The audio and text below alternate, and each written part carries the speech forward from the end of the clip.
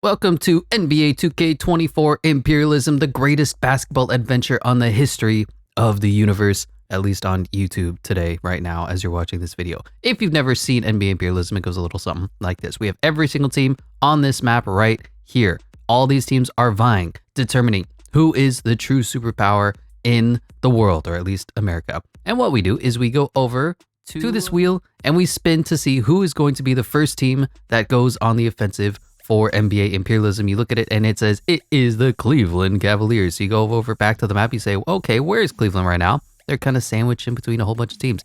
Detroit, the Pacers, the 76ers, the Raptors. So then you go over to this button here, and then this button here, and then this button, and you spin an arrow and you say, all right, we're spinning this arrow. Who are we looking at? We're going to have the Cleveland Cavaliers, right? The Cleveland, go north. And then you go over to this button and you're like, all right, well, that means they're going to be taking on the Detroit Pistons if they go north a little bit. Bam. And so we have a showdown, the Cleveland Cavaliers at the Detroit Pistons. The all-time teams are in play here. So Kyrie Irving, LeBron James, Brad Daugherty, Grant Hill, Isaiah Thomas, all the great players in the history, in the annals of the NBA will be a part of this matchup. It is a single elimination game. Whoever wins gets to steal the best player from the other team, as well as get a single overall boost to whoever am I choosing, but normally I do the best player that is on that team. Then we go over to the map and we say, okay, whichever team lost, let's say the Cleveland Cavaliers lost, for example, they get, bam, eliminated from the map, and their little area here, whoops, not that button. Their little area here, oh my gosh, their little area here gets filled, bam, by the Detroit Piston blue, and the Detroit Piston logo grows. So they get an overall point, they take the area, and they steal the best player from the other team. That is how it works. If it's a little confusing, don't worry, stick around. We're going to have a good time here, but let's go ahead and undo everything that I did because this was just an example. And let's officially dive into the first team and the first round of NBA Imperialism. Who's going to be the team that starts us off? Spin, spin, spin to win. Who's going to go first? And it looks like the Atlanta Hawks are going to be the first team on the offensive in NBA Imperialism. So we go over, see where they are on the map. They have the Orlando Magic, they have the Bobcats, Grizzlies to the north, and then they have a couple of teams, or a couple of blank states to the east and west of them, respectively. Let's see, what does the arrow have in store for them? Spin, spin, spin to win. Which way do you want to go? And they're going directly west. I can't hate that. That means they're going to get a free state there, which I totally know the name of. I'm not looking up right now. It's Alabama. Okay. Something like that looks pretty good to me. And the Atlanta Hawks logo gets a little bit of a size boost. We make sure that we go over to their team. And I don't know if I mentioned this, but if it's just an empty state, they get one overall point. They don't play anybody. They don't play any teams. We just continue spinning. So it looks like Dominique Wilkins, who is currently a 95 overall, gets to go up to a 96 overall. Pretty impressive to say the least. Now what I am going to do for the first round of NBA Imperialism is pop off every single team so that everybody gets one go. That means all 30 teams are going to get at least one spin or a play one time, and then we will go round two where we just completely random. So just a little bit of clerical duty here, but let's go ahead and keep going as the next team that's on the offensive is the Chicago Bulls. And where do you think the Bulls are going to go? Respectively, I believe you go to the west, there's a whole bunch of empty. You go to the east, it's going to be a little tougher. Let's see what, oh God, there's so many buttons that I have to press to make sure that we're going. Let's see what direction does Chicago want to go. And they want to go, I guess it's sort of southeast. For the sake of getting the first game underway, let's do it.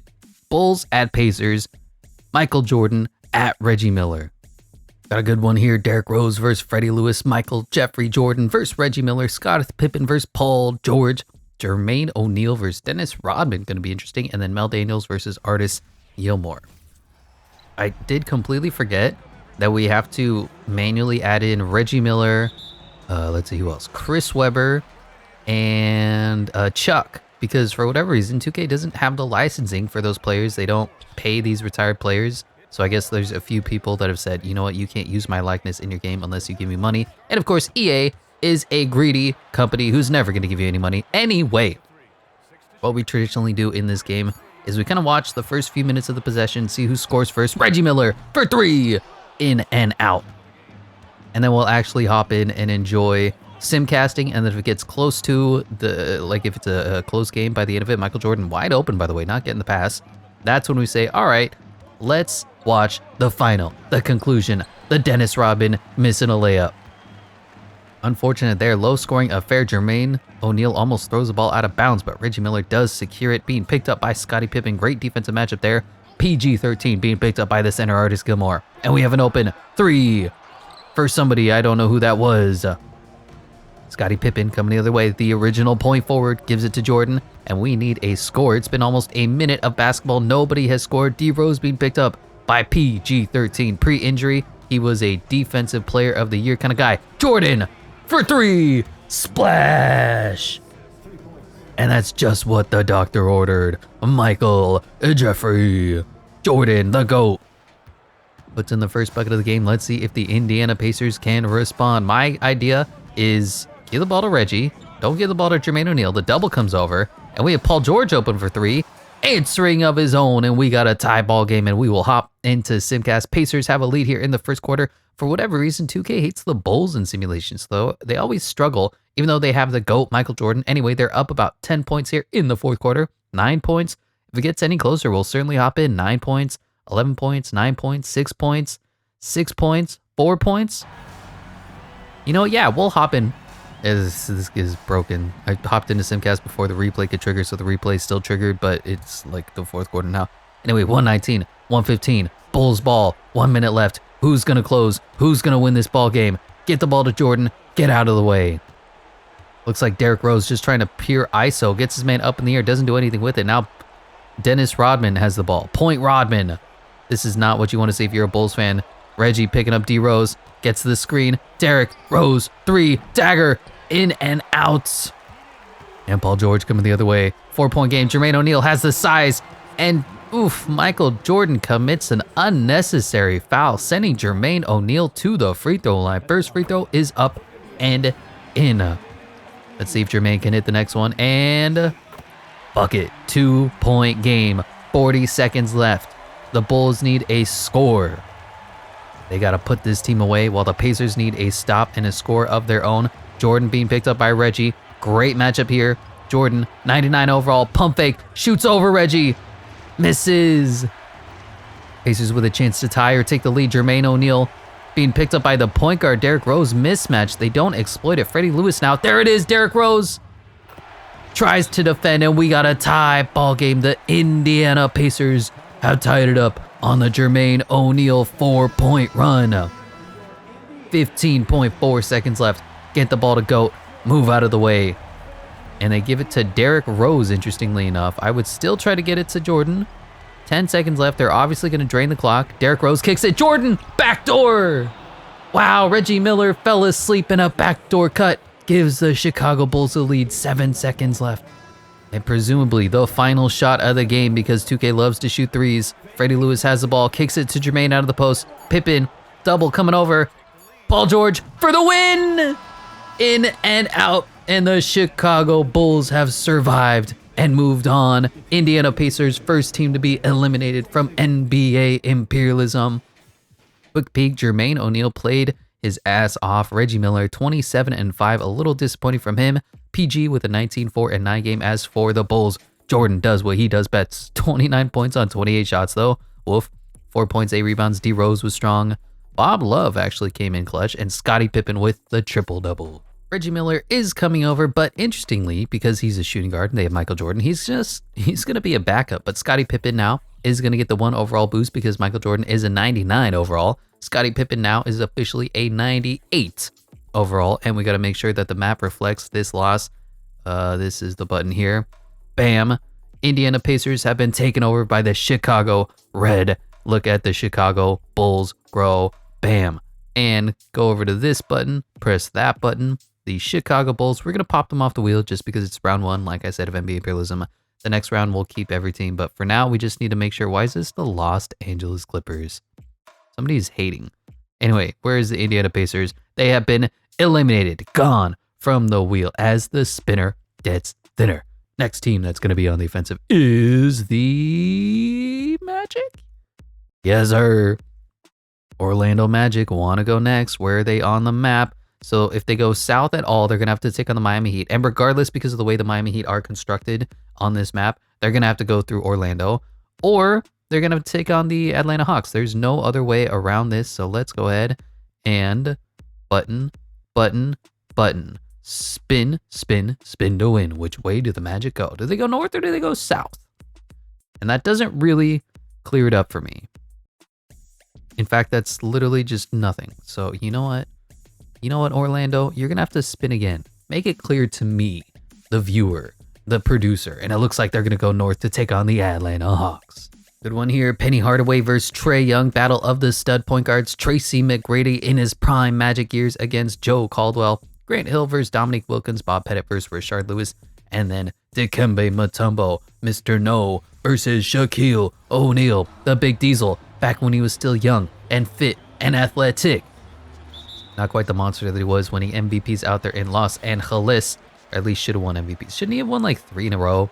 I don't remember, but what a center that Shaq was. That's all I can say. I wonder how he would produce in today's NBA. Anyway, talking about nothing. The Hawks have the ball. Looks like Caldwell kicks it to Pettit, who loses the ball. And now Tracy McGrady is coming the other way. T-Mac dribbling, kicking, Penny, mid-range, floater, missed, rebound, Mutombo, Trae to Wilkins. Okay. Well, that was a lot more interesting than I thought it would be. It's still 0-0, 11 minutes left. Ooh, Bob Pettit pulls up for 3. In and out. McGrady grabs his second rebound. And now Penny Hardaway trying to dribble on his own. Kicks it to Shaq. Too close to the basket. You can't stop him. Shaquille O'Neal with the very soft touch jump hook. Well, Caldwell now kicks it. Bob Pettit has it. Might have a size mismatch here against Rashard Lewis, but Trae Young pulls up for 3 and misses. Now Rashard Lewis grabs the rebound. Penny brings the ball up the other way. Penny, if he wasn't marred by injuries, would have had one heck of a career. He actually already did have a heck of a career, but still. Anyway, T-Mac now has the ball. And what's the play? Just pure ISO. Let Tracy McGrady do what he do best. That sounds good to me. Tracy dribbles into traffic, loses the ball. Caldwell has the ball. Shaq trying to pick him up. Too slow. Caldwell. Shot. Up. In. Tie. Ball game. And we're hopping into Simcast. The Atlanta Hawks are the home team. The defending team. But look at the Magic rolling here through the first 3 quarters. 107-70. Oh my gosh. The Atlanta Hawks got completely dominated. 137-110. What happened? Trae was okay. Dominique just did not produce. He only took 12 shots. 5 of 12 for 21 points. Kind of weird. How many times did he go to the free throw line? 10 times. Okay. Yeah, this team did not produce. Bob Pettit was underwhelming. Normally, he's really good in these games. As for the Magic, Hedo Turkoglu off the bench, 26-9. Penny Hardaway with a strong 21-7-13. Grant Hill with 18. Dwight Howard with 16-11. Shaq only gave you 9 points, but they did not need his help as they prevail. Dominique Wilkins is coming over to be a 96 overall, immediately the best player on their team, but Tracy McGrady will tie him with this 1 overall boost. 2 96 overalls now and a good small forward pickup for the Orlando Magic. Make sure that we pop this team off the map. The Atlanta Hawks got 1 turn and then were eliminated as Orlando is taken over, but they're going to have to run through Miami. And if you forget, Miami does have LeBron James, the GOAT. Now we go over to the wheel. Hawks are already gone. And we're going to spin, spin, spin to win. Who's going to go next?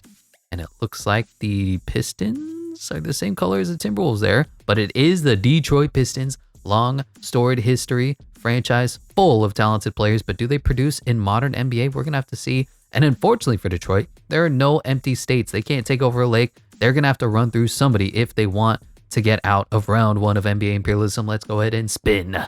And what direction are they going to go? Is that a Toronto? I think that's a Toronto. Yeah. I think this one might be one-sided, but we have Isaiah Thomas versus Kyle Lowry, Mr. Toronto. Vince Carter versus Joe Dumars. Grant Hill versus Kawhi Leonard, who was here for 1 year and won a championship. Chris Bosh versus Dennis Rodman. Going to be a fun matchup. And then Antonio Davis versus Big Bob Lanier. And of course, Toronto is the home team. I'm rocking the old Vince Carter jerseys. That's what I call these ones because they're just my personal favorite. As for Detroit, I think the little, I don't know what you call it, the horsey jerseys The turquoise ones are kind of my favorite, but I don't like it when they're the home team, when they're the white team. Anyway, Kawhi Leonard completely misses. Probably shouldn't have worded it that way. Isaiah Thomas coming the other way. Joe Dumars now has the ball, being picked up by VC15. And good matchup. Pump fake. Great defense from Vince Carter. Nobody has the ball. Loses it. Picks up his own dribble. Loses it again. Now Grant Hill is being picked up by Kyle Lowry. Mismatch. Mouse in the house. Fade. Misses the fadeaway though. Open jumper. Kyle Lowry not tall enough to affect that shot. Vince Carter now has the ball. Vince Carter, the athletic machine. The high flying Vince. Kyle Lowry. Okay, these are just really bad possessions. I'm not sure what to do with this. Kyle Lowry pulls up. Shot. Makes it. First bucket of the game is by who? Mr. Toronto himself. Joe Dumars looking to respond with the Detroit Pistons. I would say get Isaiah Thomas the ball and get out of the way. That's my offense. Isaiah Thomas has the ball and he gets fouled, but no call. Okay, Vince Carter grabs the rebound. Now Kyle Lowry open. 3 misses. Come on, Kyle. You got to be clutch. Clutch, Kyle. Gives it. Now Joe Dumars once again being picked up by VC. Gets a screen from, I believe that's Rodman. I can't really tell. And still nothing. Vince Carter's just playing incredible defense. And now Isaiah Thomas is looking to respond. Joe Dumars, long 2, pulls up, hand in his face, splash. And we're hopping into Simcast as the Detroit Pistons tied up. Detroit, a really good team in roster-wise. I think, though, this is going to be a good one. This one might come down to it. Although, look at the scoreboard now. What happened in this fourth quarter? Toronto just stomped on the Pistons. My gosh. This is a 20-point game. Okay, it was close. It looked like it was going to be fun. And then all of a sudden, Toronto just walked away victors. Kyle Lowry had a great one. DeMar DeRozan off the bench was strong, 22, 2, and 6. Vince Carter played lockdown defense and was good enough offensively. Chris Bosh was good. Kawhi doesn't do good in simulation. Doesn't matter. 12, 5, 6, and 3 steals. Antonio Davis was okay. As for the Pistons, Joe Dumars was good, 25, 5, and 5. Grant Hill, 25, and 8. Bob Lanier, 15 and 14, but that was kind of it. Isaiah Thomas gave you a big old nothing. 8, 2, and 9, 3 of 10 from the field. Yikes.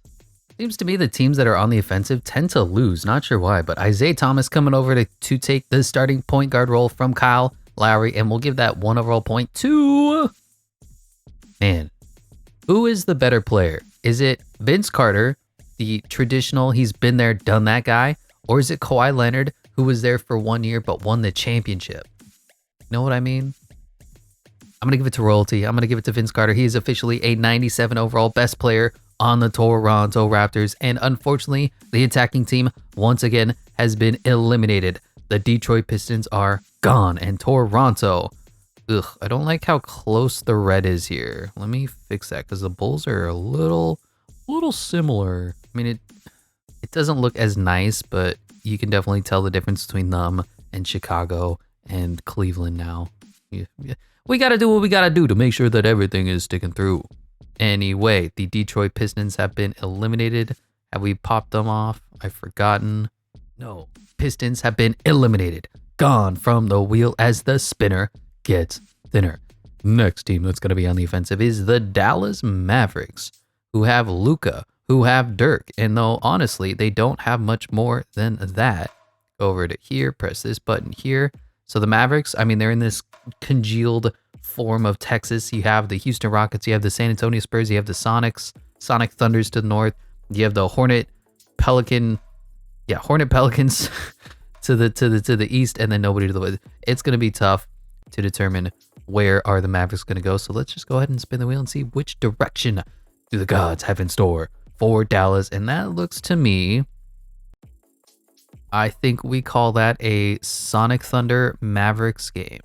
Talk about a matchup. We got Luka Doncic versus Gary Payton, Ray Allen versus Michael Finley, Mark Aguirre versus Kevin Durant, Sean Kemp before he became Sean Klump versus Dirk Nowitzki, and then Jack Sikma versus James Donaldson. The center position isn't as impressive, but the rest of the team is, and here we are in, where is this? Oklahoma City / Seattle for the tip. And the Mavericks do, in fact, win. Luka Doncic brings the ball up initially. Dirk Nowitzki open 3, first bucket of the game, misses. Sean Kemp plays good enough defense, and Gary Payton is now looking to respond.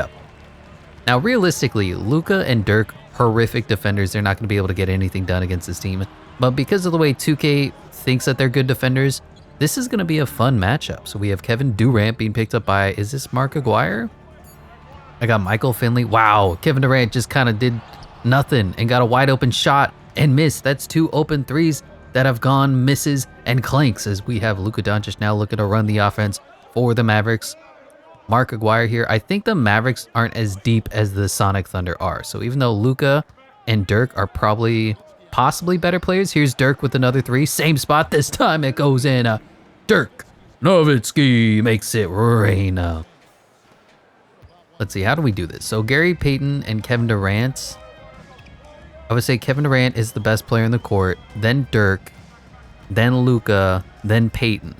That would be kind of how I'd rank out the top 4 here. And I don't even know how to grade Ray Allen. Anyway, I don't know what that was.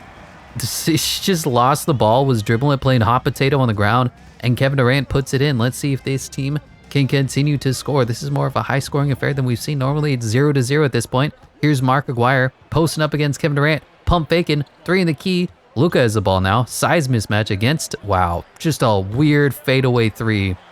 Has a size mismatch. So going to the post. Doesn't, and Ray Allen brings the ball up the other way. Now Gary Payton being picked up by Luka Doncic. Luka playing good enough defense here. Look at that, moving his feet well. And Gary Payton dribbles, gets a screen from Sigma, pulls up, long 2, missed. Wide open buckets are being missed by the Sonic Thunder, and now Michael Finley is coming up the other way and loses the ball because he's bad at basketball, at least comparatively. Michael Finley was one of my favorite players. Dirk was open here, but now they're going to Mark Aguirre in the post against the point guard. Has a double team coming, kicks it. Luka Doncic, 3 in and out. And there's a whole lot of misses going on here under the 10-minute mark. Gary Payton being picked up by somebody. Luka picking up Kevin Durant.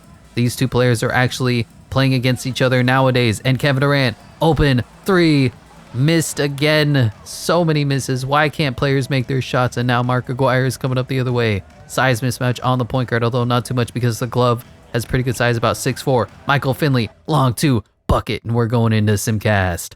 High scoring affair, like I said, here in the second quarter. Kind of a back and forth game. Mavericks have a little bit of a lead. Mavericks continue to hold the lead. Now the Thunder have taken the lead here in the fourth quarter. 90-90, 8 minutes left, and this is definitely one of those games that we're going to hop in, we'll say at the sub 2-minute mark. 1 minute, 60 seconds. If you don't like that, you don't like NBA 2K24. 1 minute, 60 seconds left in this one, also known as 2 minutes. Mavericks have the ball, 106-107. And who's the ball going to get passed to? Does Kyrie Irving count as a Maverick all-time great yet? I'm not sure what we should do with that. It looks like NBA 2K24 didn't respect Kyrie Irving enough there. And Luka just kind of glides in, kicks it. Dirk, open, 3, top of the 3-point line. And it goes in. Dirk Nowitzki makes it rain. I want to call him the big unit, but that's Randy Johnson, not Dirk Nowitzki, although they do look the same. 2-point lead here for the Dallas Mavericks. Kevin Durant looking to respond. Size mismatch, but he doesn't have a strength mismatch. And what's the play? Screen from Sigma. Kevin Durant pulls up, pump fakes, triple threat, lost his dribble. Sigma has it, kicks it to Kemp, who kicks it back to Durant. Durant just looking to force a shot up here. Contested 3, hand in his face, splash! Kevin Durant, a 7-footer of his own, makes it rain, and it's a 1-point lead again for the Oklahoma City Thunder. Michael Finley grabs the screen, doesn't do anything with it. Now going to Luka out of the post. Size mismatch again. Luka, jump, hook, and he completely blows the shot. 7% covered, and Gary Payton plays good enough defense. Luka looking to play defense now. Kevin Durant, does he get the double? Pump fake, kicks it. Payton, back to Durant. Defense is good enough for Maguire. Long 2, pump fake again, nothing happening. Empty possessions here. Luka gives up a 2, nope. Now it's going to Kevin Durant. Corner 3, contested, in and out. 45 seconds left, the Mavericks need to respond. Luka coming the other way, pulls up for 3. Wow, he had an open lane to the basket and didn't take it. And now will the CPU decide to foul? Or is Kevin Durant going to go crazy? Corner 3, Payton, dagger, bang! Gary Payton foot was on the line, but it's a 3-point lead now for the Oklahoma City Thundersonics. And the Mavericks are going to need a score and a stop at the very least. Let's see what the play call is going to be. It's give the ball to Luka and get out of the way. Finley running around, gets a shot. Wow, pulls up contested 2 and he makes it. Michael Finley, 90% contested by Ray Allen, somehow puts the shot up and in. And now we're playing the free throw game. Gary Payton gonna get fouled by Luka Doncic. First free throw was up and in. Second one is up and missed. The door is wide open for the Dallas Mavericks. They call their final timeout. Now they need to score. I don't expect them to go to Michael Finley again, but certainly something interesting is gonna happen here. Inbound goes to Luka Doncic yet again. 21 seconds left in this one. Are they gonna drain the clock? Are they gonna go quick? Luka drives hard into the paint. Jump hook over Payton, missed! And Luka has effectively fouled out and lost this game on a couple of missed jump hooks over Gary Payton. Shots that he normally makes did not go in for Luka Doncic. Gary, though, misses again. It's a 3-point game, 1 possession. Give the ball to Dirk and let him shoot. Mark Aguirre pump faking, and he misses. And that was the final chance for the Dallas Mavericks as this game is over. The Oklahoma City Sonic Thunder win. Really off a team effort here. Ray Allen was good, 22 for him. Gary Payton, 18, 6, 7, and 3. Sean Kemp, 17, 11. Paul George, 16. Kevin Durant, 15, 6, and 9. Nice. And Russell Westbrook with a 13, 7, and 7 game. As for the Mavericks, Rolando Blackman, 20 points in 19 minutes. Mark Aguirre, 17. Dirk only scored 16. Donaldson, 14. Luka, 13, 5, and 12. But missed a couple of important baskets as Michael Finley was kind of the hero of the game. Kept it close. Unfortunately, the Mavericks fall. Dirk Nowitzki is coming over, and surprisingly, he's a 98 overall. Respect to that, the 1 overall boost does go to Kevin Durant, who himself becomes a 98 overall. And all we can say is goodbye to Dallas. You came, you saw, but you did not conquer, as you are gone off the map as the Seattle Supersonic Thunder are starting to grow their own little legacy here, and we'll make sure that the Dallas Mavericks have been, bam, eliminated from the wheel as the spinner gets thinner. Next team that's going to be on the offensive is the Boston Celtics, and we all know where Boston is. They're up there in the top right of America, the northeast of America, if you will, over here. So it's really, do they want to take on New York, or do they want to get some free overall points? Let's go ahead and see what's the wheel has in store for them. There's so many buttons that I have to press. Here we go. Spin, spin, spin to win. And where you gonna go? I think I'm gonna give them Rhode Island. Something like that. No logo boost, but they are taking 1 state. And what that means is they're still gonna get 1 overall point. And we're gonna give it to Larry Legend. That way he becomes a 99 overall. Bam. Larry Bird, one of the best players in the history of the game. Pop the Celtics off the wheel for round 1 of NBA Imperialism. And let's keep spinning on who's gonna go next. And it's the Philadelphia 76ers.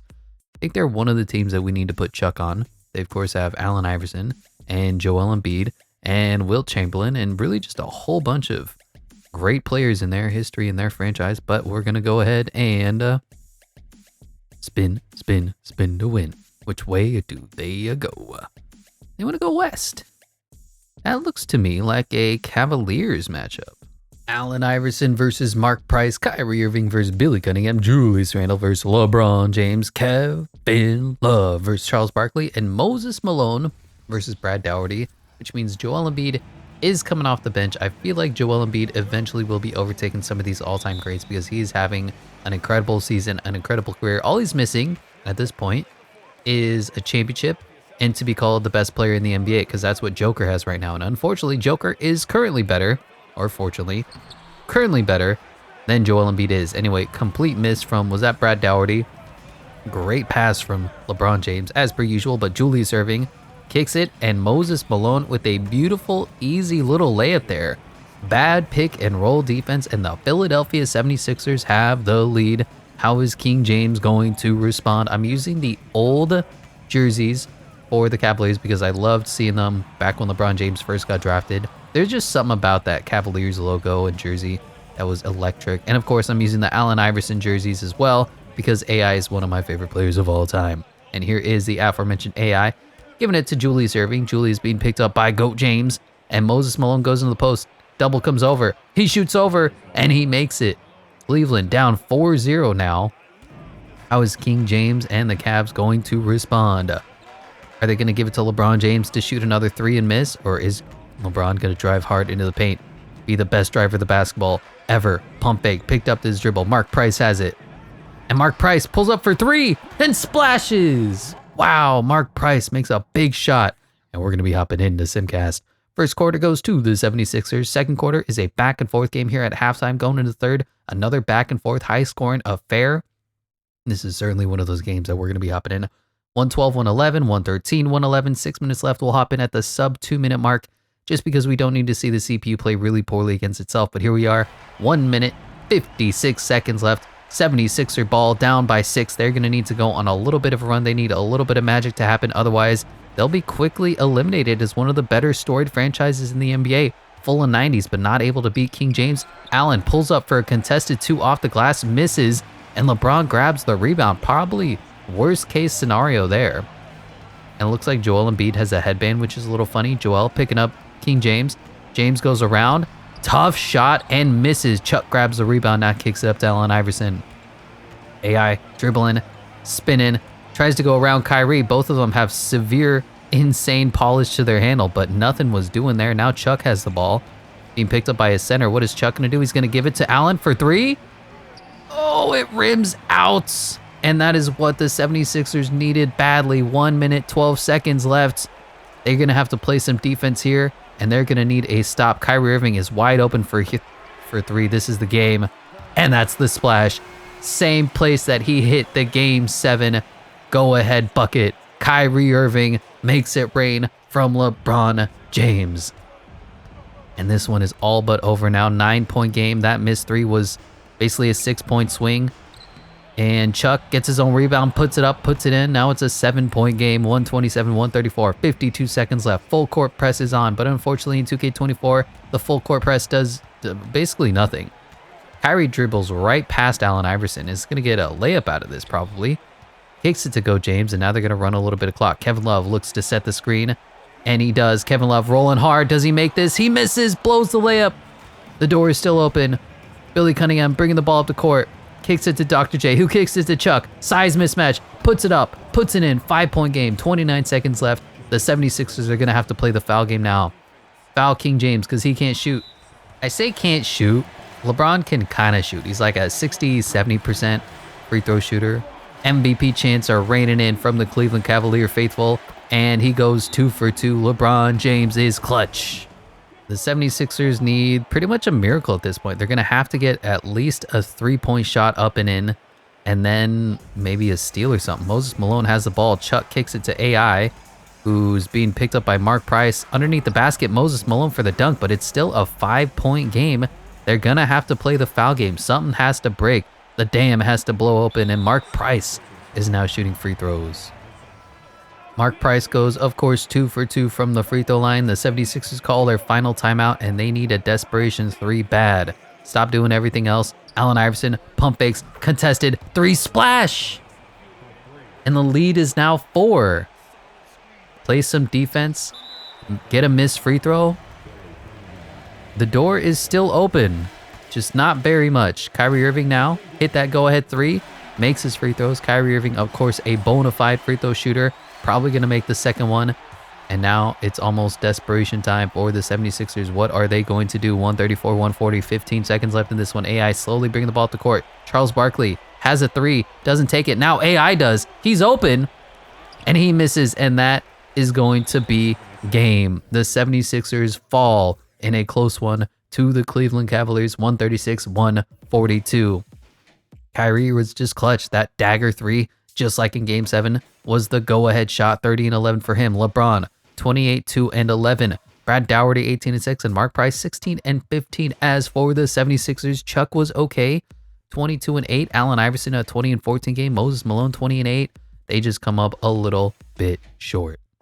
Moses Malone is coming over as a 97 overall center. LeBron is, of course, already the 99 overall because he is the GOAT. And we'll be giving Kyrie Irving the 1 overall boost. Now he's officially a 95 overall. Make sure we go over to the map and say, unfortunately, nope, this one here. Bam. The Philadelphia 76ers have lost. It seems like the home team is just winning every single game. A little unfortunate, but the Cleveland Cavalier faithful get to see their logo grow, bloom, blossom.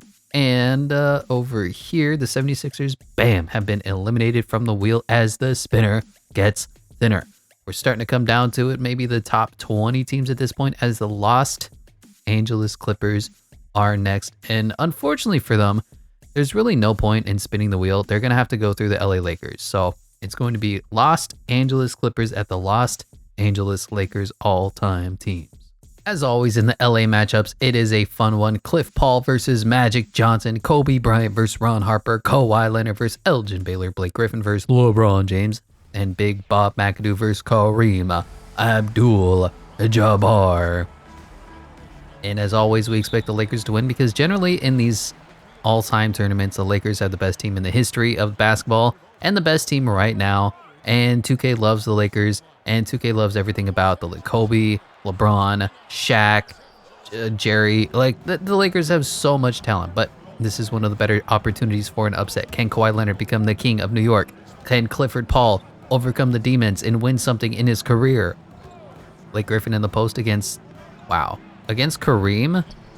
I don't know about that. Magic Johnson bringing the ball up the other way. Significant size disparity between him and the little pit bull known as Clifford Paul, and LeBron with a mean step back. Misses the shot though. Interestingly, high pace but low scoring affair. Still 0-0. Clifford Paul running the troops, and he kicks it to Bob McAdoo, who gets behind King James. First points of the game goes to the Los Angeles Clippers. Not a bad start if you're rooting for the upset. Elgin Baylor now bringing the ball up for the Lakers. And what is the play? Looks like it's go to Kobe Bryant and let him shoot a three. And let him splash. Kobe Bean Bryant, may he rest in peace, takes the lead for the Los Angeles Lakers. And now Blake Griffin being picked up by King James. Definite mismatch there. Cliff Paul versus Magic Johnson. Just tremendous size. Cliff spinning, going around, pump fake, puts it up, and misses. And Magic grabs a rebound. Immediately going the other way, sprinting. Magic, like flash. King James for three. Splash, and it's already a 6-2 lead. Bad start for the Clippers, even though they had the first points of the game, and it's a little closer than you thought at halftime. About a 10-point game, 20-point game here in the third quarter. If the Clippers can go on a run, only 13 points, no lead is safe in 2K24, but it looks like they are just coming up a little short.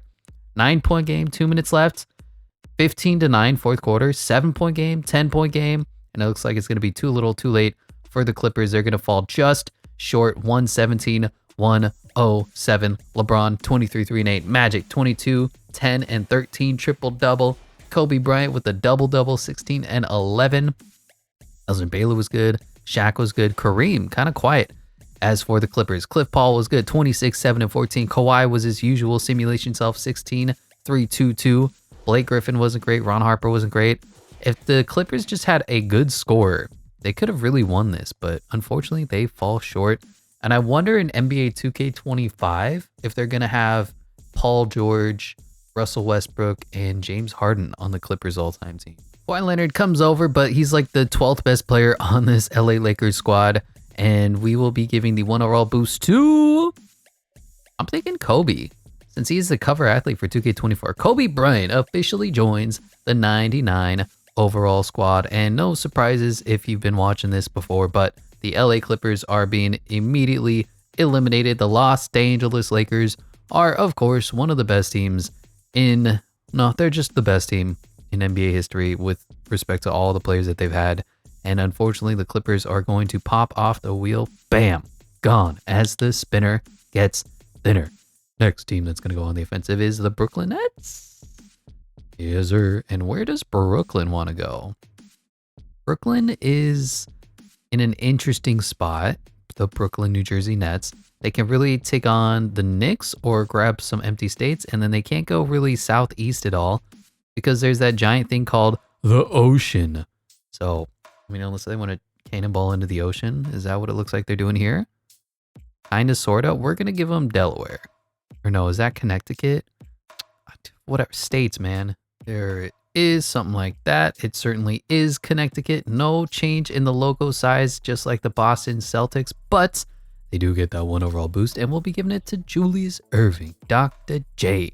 98 overall. Now they're going to come off the wheel because it's the first round. Everybody gets one go, and the next team that is on the offensive for NBA Imperialism is the Charlotte Hornets, the Charlotte LaMelo Balls, the Alonzo Mournings, they don't really have a long storied franchise on their team, unfortunately. They were owned by Michael Jordan, and that's as close as they got to having a big name anywhere on their team. Anyway, let's spin the wheel. This one, spin, spin, spin to win. Which way do you want to go? And they want to go north, which to me reads Virginia. We're giving that 1 overall boost to Glenn Rice to 91 overall. If he's the best player in their franchise history, oof. Anyway, go over to this button and bam, the Charlotte Hornet Bobcats are taking over. They're growing in size. They're getting overall boosts. And that's it. Let's stop talking about them because they're probably not going to do too much. No offense. Anyway, pop them off the wheel as the spinner gets thinner. Coming down to the top, we'll say 15 for round 1 of NBA Imperialism. And the Miami Heat are going to have to charge through whoever's there. I actually don't remember. Is it the Magic? Yeah, it's the Magic. The Heat at the Magic. Great matchup here. Tim Hardaway versus Penny Hardaway. Battle of the Hardaways. Tracy McGrady versus Dwayne Wade. Jimmy Buckets versus Dominique Wilkins. LeBron James versus Rashard Lewis. And Shaquille O'Neal versus Alonzo Mourning. I was tempted to put in Shaquille for the Miami Heat into the starting lineup, but he's only like an 80-something overall for the Miami Heat. So anyway, this is the team. This is the play. And the Magic do win the tip. Magic are the home team as the Heat are on the offensive. And let's see if that does anything, because LeBron James is a 99 overall, best player on the court, but there's a whole bunch of 90s here. And Rashard Lewis open for 3, and he misses. No surprises there. And this is Tim Hardaway bringing the ball up for the Miami Heat, going behind the back, crossover, steps back, shot over Shaq, I guess. Weird shot because he was contested, but he misses. Now Penny Hardaway with the significant size kicks it to Lewis, who kicks it to Wilkins, who grabs the screen, doesn't take it though. That was weird. And giving it to Rashard Lewis out of the post. Boring possession here. 5 seconds left in the shot clock. Tracy McGrady, step back, pump fake, shot, and in and out. Great defense from Dwayne Wade. Now D-Wade is coming the other way. All of 6'3", kicks it to King James. And we got a screen to Wade in the post underneath the basket. Steps out of bounds. Bad basketball being played here. Magic ball. Hopefully somebody will score something within the next few minutes. You know what I mean. Dominique Wilkins hands off to Penny. T-Mac long 2. D-Wade right in his face. D-Wade, one of the better defenders in the history of basketball when he was in his prime. Shaq coming to set a backdoor screen. Now gets the ball. And we got T-Mac. Wow. D-Wade up in the air. Hardaway gonna have to make something out of nothing. And he splashes. Cans the 3 over his Hardaway counterpart. Penny over Tim. And how will the Miami Heat respond at the 10-minute, 30-second mark? D-Wade gets the screen from Alonzo Mourning. And he's being picked up. Great defense there from T-Mac. Long 2 and misses. Unfortunately, the Heat just struggling to score right now. Can't really get anything cooking. Maybe it's the lack of shooting. Because Jimmy Butler doesn't shoot the 3 well. LeBron doesn't shoot the 3 well. D-Wade doesn't shoot the 3 well. Alonzo doesn't shoot. And Tim Hardaway is a meh. Weird shot there from, I think that was Dominique. Anyway, LeBron now has the ball, kicks it up to Jimmy. Jimmy kicks it to Wade. And Wade kicks it to LeBron, who's open for 3. Splash. And finally, the Heat are on the board as we hop into Simcast.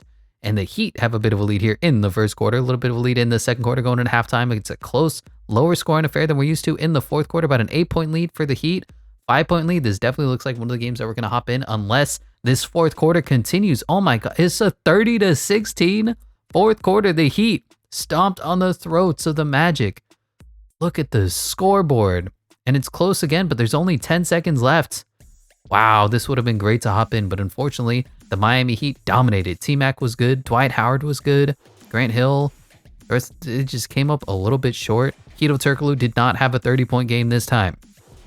As for the Heat, LeBron was great, 24, 9, and 10.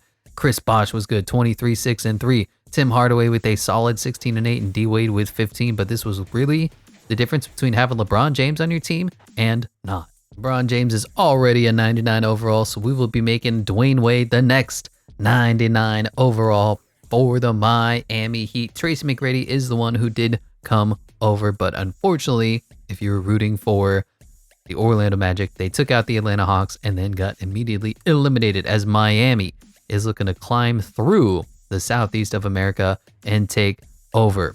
Pop over to here. The Magic have already gone off the wheel because it's round one. The Heat are next as the spinner gets thinner. Next team that's on the offensive as we're coming down to it is the Milwaukee Bucks, who have a storied franchise of their own. We may need to add Damian Lillard, actually. We'll go ahead and check that out, though, when we look at the rosters. Milwaukee going to have to deal with Chicago, Toronto, Minnesota, or they'll get a free state of their own, but we'll go ahead and spin the wheel. Which way do you want to go? That, to me, looks like they want to take on the Minnesota Timberwolves. I did bring over Damian Lillard, but Oscar Robertson is a better player overall, so he is starting against Ricky Rubio, Jimmy Buckets versus Sidney Moncrief, Giannis versus Wally Szczerbiak, Kevin Garnett versus Vin Baker, and Kevin Garnett's a 99. Karl Towns versus Kareem Abdul-Jabbar. Now, just across the board, the Milwaukee Bucks have the overalls, certainly, understandably so. But for whatever reason, whatever team Giannis is on, they traditionally lose because Giannis can't shoot. So he tends to sandbag the teams that he goes to. Anyway, Kevin Garnett just completely destroyed. I don't even remember who that. Vin Baker? Oh my gosh. Put Giannis on that man because that was ugly. But here comes Oscar Robertson, much bigger than Ricky Rubio is, and Giannis dribbling right around and completely loses the ball. Ricky Rubio coming the other way. And I'm not sure Ricky Rubio is the best Timberwolves point guard in history, but for some reason he's the starter here.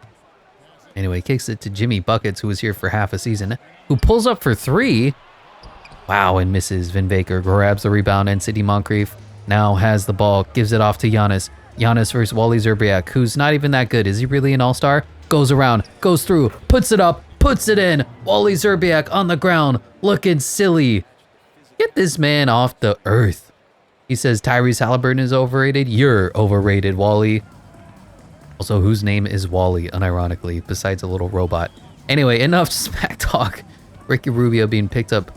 Great defense there. And now Giannis versus Wally Szczerbiak. Looks like they're going to try to go into the post with Karl Towns. Did not.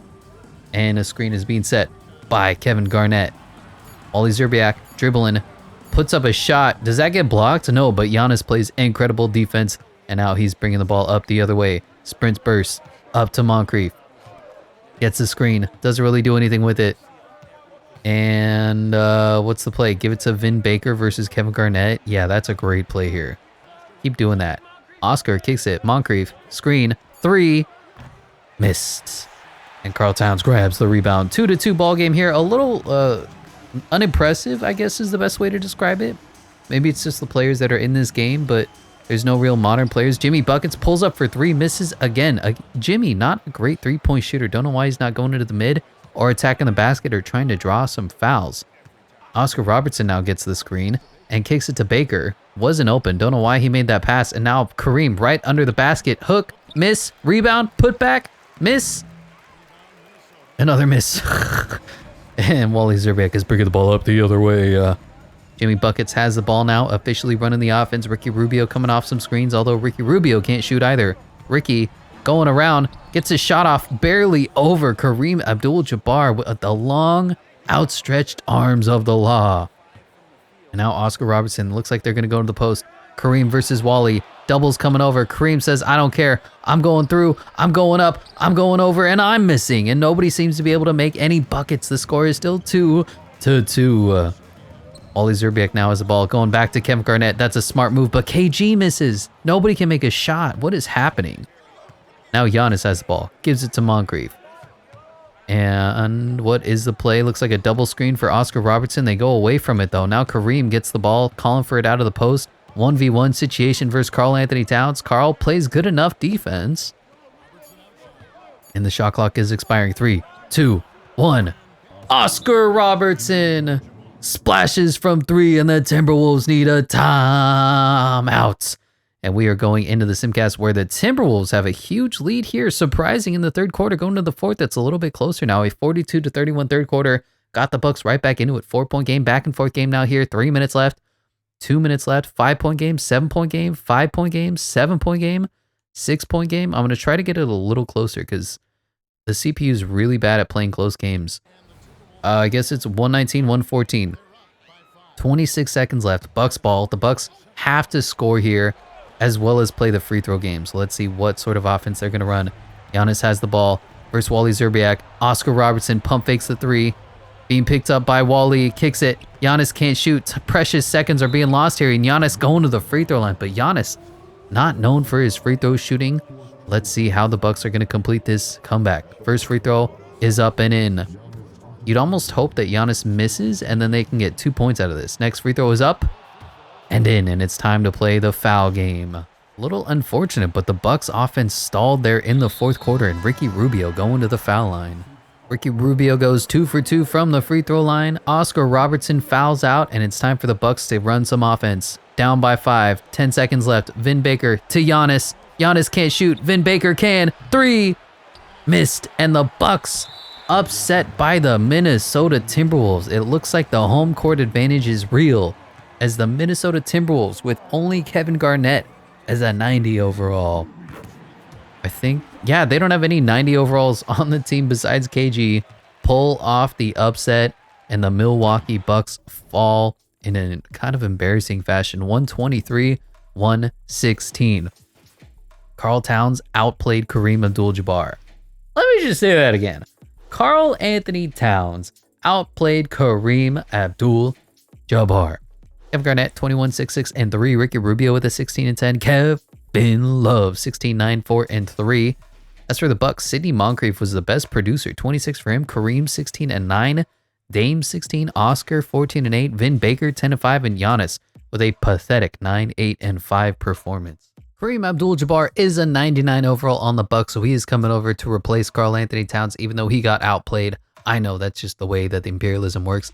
And Kevin Garnett is going to get the 1 overall boost as he joins the 99 overall squad. What an upset, by the way, from the Timberwolves. Normally the Timberwolves are one of the first teams that are gone, but bam, Bucks have been eliminated as the Timberwolves logo grows.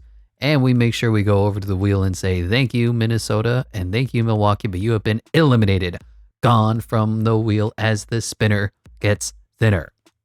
We're coming down to the top 10 now here in NBA Imperialism Round 1, as the Golden State Warriors are the next team that's on the offensive. We check them out. They're going to have to play somebody. Kings, Blazers, Lakers. It's really it. Not much complexity to it as we spin the wheel. Which way do you want to go? That looks like a Portland Trailblazer to me. Yeah. Great matchup here. Stephanie Curry versus Damian Lillard. Brandon Roy, who's a 92 overall. Might be a little overrated. I love Brandon Roy, but I don't know about 92. Versus Klay Thompson. Kevin Durant versus Clyde Drexler. Draymond Green versus Maurice Lucas. And Bill Walton versus Wilt the Stilt Chamberlain. Traditionally, I think the Timberwolves and the Blazers are the two teams that kind of lose first, but you never know. As the Warriors, I mean, they are beatable. Stephanie Curry does not simulate well. They always say, oh, he's going to miss so many threes, unlike in real life where he's practically God from the three-point line. Anyway, Kevin Durant grabs a Wilt Chamberlain screen, which is, by the way, the lethal duo of the century and the perfect pick-and-roll partner. Wow, easy 2-0 game here for the Warriors. Damian Lillard looking to respond. Steph Curry plays defense, and Dame has to pick up his dribble. 3 in the key here. Kicks it to Clyde, who steps back over Durant, and he misses. Warriors coming the other way. Warriors high-powered offense. Klay Thompson pulls up long 2, hand in his face, bucket. It's a 3, and it's a quick 5-0 lead for the overwhelming favorite dynastic Golden State Warriors. How will Portland respond? Gets a screen. Dame pulls up 3, misses. Draymond, rebound. Curry, ball, kicks it. Klay. Okay, slow it down. Steph says, Klay, you've got the mismatch. You take this over yourself. Dame is too little. Stephanie Curry, though, running off some screens, pulls up, pump fakes, gets his man up in the air, dribbles, shot, blocked pathetically. Brandon Roy has the ball. Damian Lillard, what are you going to do here? Euro, contact, miss. Tough layup there for Damian Lillard, and Klay Thompson now has the ball. Steph Curry, open 3, bang, and it's an 8-0 lead for the Portland Trailblazers, or 8-0 deficit for the Portland Trailblazers, 8-0 lead for the Golden State Warriors. And look at this blowout, complete domination. Actually, it's a little closer. Okay, so it was a 50-26 first quarter, and then the remaining 3 quarters, the Blazers have won, but that first quarter was such a blowout. I don't think the Blazers are going to be able to fight back. They're still down by 15, and they lose 134-119. Bill Walton was really good, 28, 6, and 14, 1 steal, 3 blocks. Clyde was good, 29 and 9. LaMarcus Aldridge off the bench, 17. Mo Lucas gave him 15 and 13. Brandon Roy was good, and Damian Lillard, 3 of 15, 1 of 7. Brutal, as Wilt Chamberlain dominated as he does, 37, 14, 1, 1, 1. Steph Curry with 33, Clay with 24, Rick Barry with 13, and that was all they needed. Weird game, but the Blazers ultimately fall short. Wilt Chamberlain does join the 99 overall squad for the Golden State Warriors, and you know, we forgot to bring in Chris Webber. Let's go ahead and do that, even though they've already won. Chris Webber was pretty good on the Warriors. Oh, look at that. He's on the Kings. Never mind. We don't need to do it. Okay, traditionally, Chris Webber wasn't in the All-NBA roster. It looks like he didn't make it, though, for the Golden State Warriors team. So it looks like it's only Reggie and Chuck that we have to import. Anyway, Clyde Drexler is coming over to, I guess, replace the 91 overall Klay Thompson. Wilt Chamberlain does get the 1 overall boost, and we say goodbye to Portland, Oregon, however you say it, as the Trailblazers have been eliminated, gone from NBA imperialism, and the Golden State Warriors are officially growing, getting bigger, and pop the Trailblazers off the wheel as the spinner gets thinner. We have 1, 2, 3, 4, 5. We are officially in the top 10, the final 10 of NBA imperialism, round 1, and the Houston Rockets are the next team that's on the wheel. Go over to them. Let's press this button. Nope, this one. Yep, here. Yeah, there it is. You can see the Houston Rockets are going to have to play either the New Orleans Pelican Hornets, the San Antonio Spurs, or the Seattle Supersonic Thunder. God, there's so many words. Spin the wheel. Let's figure it out there. And it looks like that looked like I'm gonna call that the Pelican Hornets. Good one here. Calvin Murphy versus Clifford Paul. Drew Holiday versus James Harden. Clyde Drexler versus Jamal Mashburn. Zion Williamson versus Elvin Hayes and Hakeem the Dream Olajuwon versus Anthony Davis, back when he was known as the Brow. Kind of funny that he had a unibrow all the way through his life. Like, did nobody ever say shave that? Like, come on, AD. Anyway, the Houston Rockets are the away team. They do win the tip, and you have Hakeem versus AD. I would love to see that matchup in real life. Anyway, James Harden with the meanest step back I've ever seen in my life on Drew Holiday. Splashes it. First bucket of the game is a classic James Harden 3. I don't think Drew Holiday in his Pelicans career was known as the lethal defender that he was back in New Orleans. If Paul, though, does get the screen, doesn't do anything with it, kicks it to Drew, who answers with the 3 of his own. Okay, Drew Holiday, not quite an MVP, but, you know, he's answering James Harden basket for basket. We get a tie ball game 3-3. James Harden, the ISO king, bringing the ball up the court, and he pulls up for a 3 of his own. Wow, that was like a Steph Curry 3. That was a I don't care who's in front of me 3. Drew Holiday now going to respond on his own, and AD right under the basket blows the layup. Does he get the rebound? No. And Hakeem gets it. James Harden coming the other way.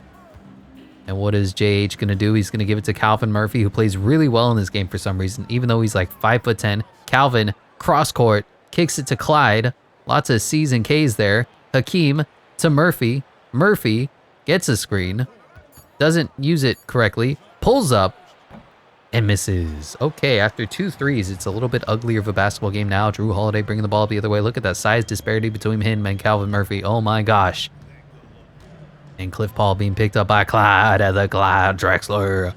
Dribbles the ball. Doesn't do anything with it. Dribbles. Kicks it. Jamal Mashburn has it now. Going to get the screen from AD. And he pulls up. Long 2. Hand in his face. Misses. AD on the glass. That's a foul. And 1. Where's the foul, ref? As AD gives the Pelican Hornets a lead. And we're going to hop into the simcast. I got confused. So it's the Pelican Hornets and the Hornet Bobcats, right? As, by the way, the Rockets, who are normally pretty good in this game, getting blown out completely. Oh my gosh. Wow, I thought we were going to hop in and have a little more time to talk about the Hornets and the Bobcats, but holy crap, complete every single quarter domination by the Pelicans. Cliff Paul was great. Zion was strong. Anthony Davis, great. Jamal Mashburn, Drew Holiday, Baron Davis, David West, even Brandon Ingram chipped in. As for the Rockets, James Harden was good. Rudy Tomjanovich was good. Calvin Murphy, surprisingly bad. Tracy McGrady didn't offer much. Hakeem's a 99 overall. He didn't offer you anything. Wow. This is an upset of the ages. So a little bit of an audible because Hakeem Olajuwon is a 99 overall and he was the best player on the Rockets. What we're going to do is drop Anthony Davis. I don't normally do this, but we're going to drop Anthony Davis to the power forward position where he does lose an overall. That's whatever. And then Cliff Paul is going to get the 1 overall boost, officially joining the 98 overall squad. So their roster is going to be Cliff Paul, Drew Holiday, Jamal Mashburn, Anthony Davis, Hakeem Olajuwon, just because that's how you can get the best players on the court. It's a little different than what we traditionally do, but it had to be done because the Houston Rockets have been eliminated.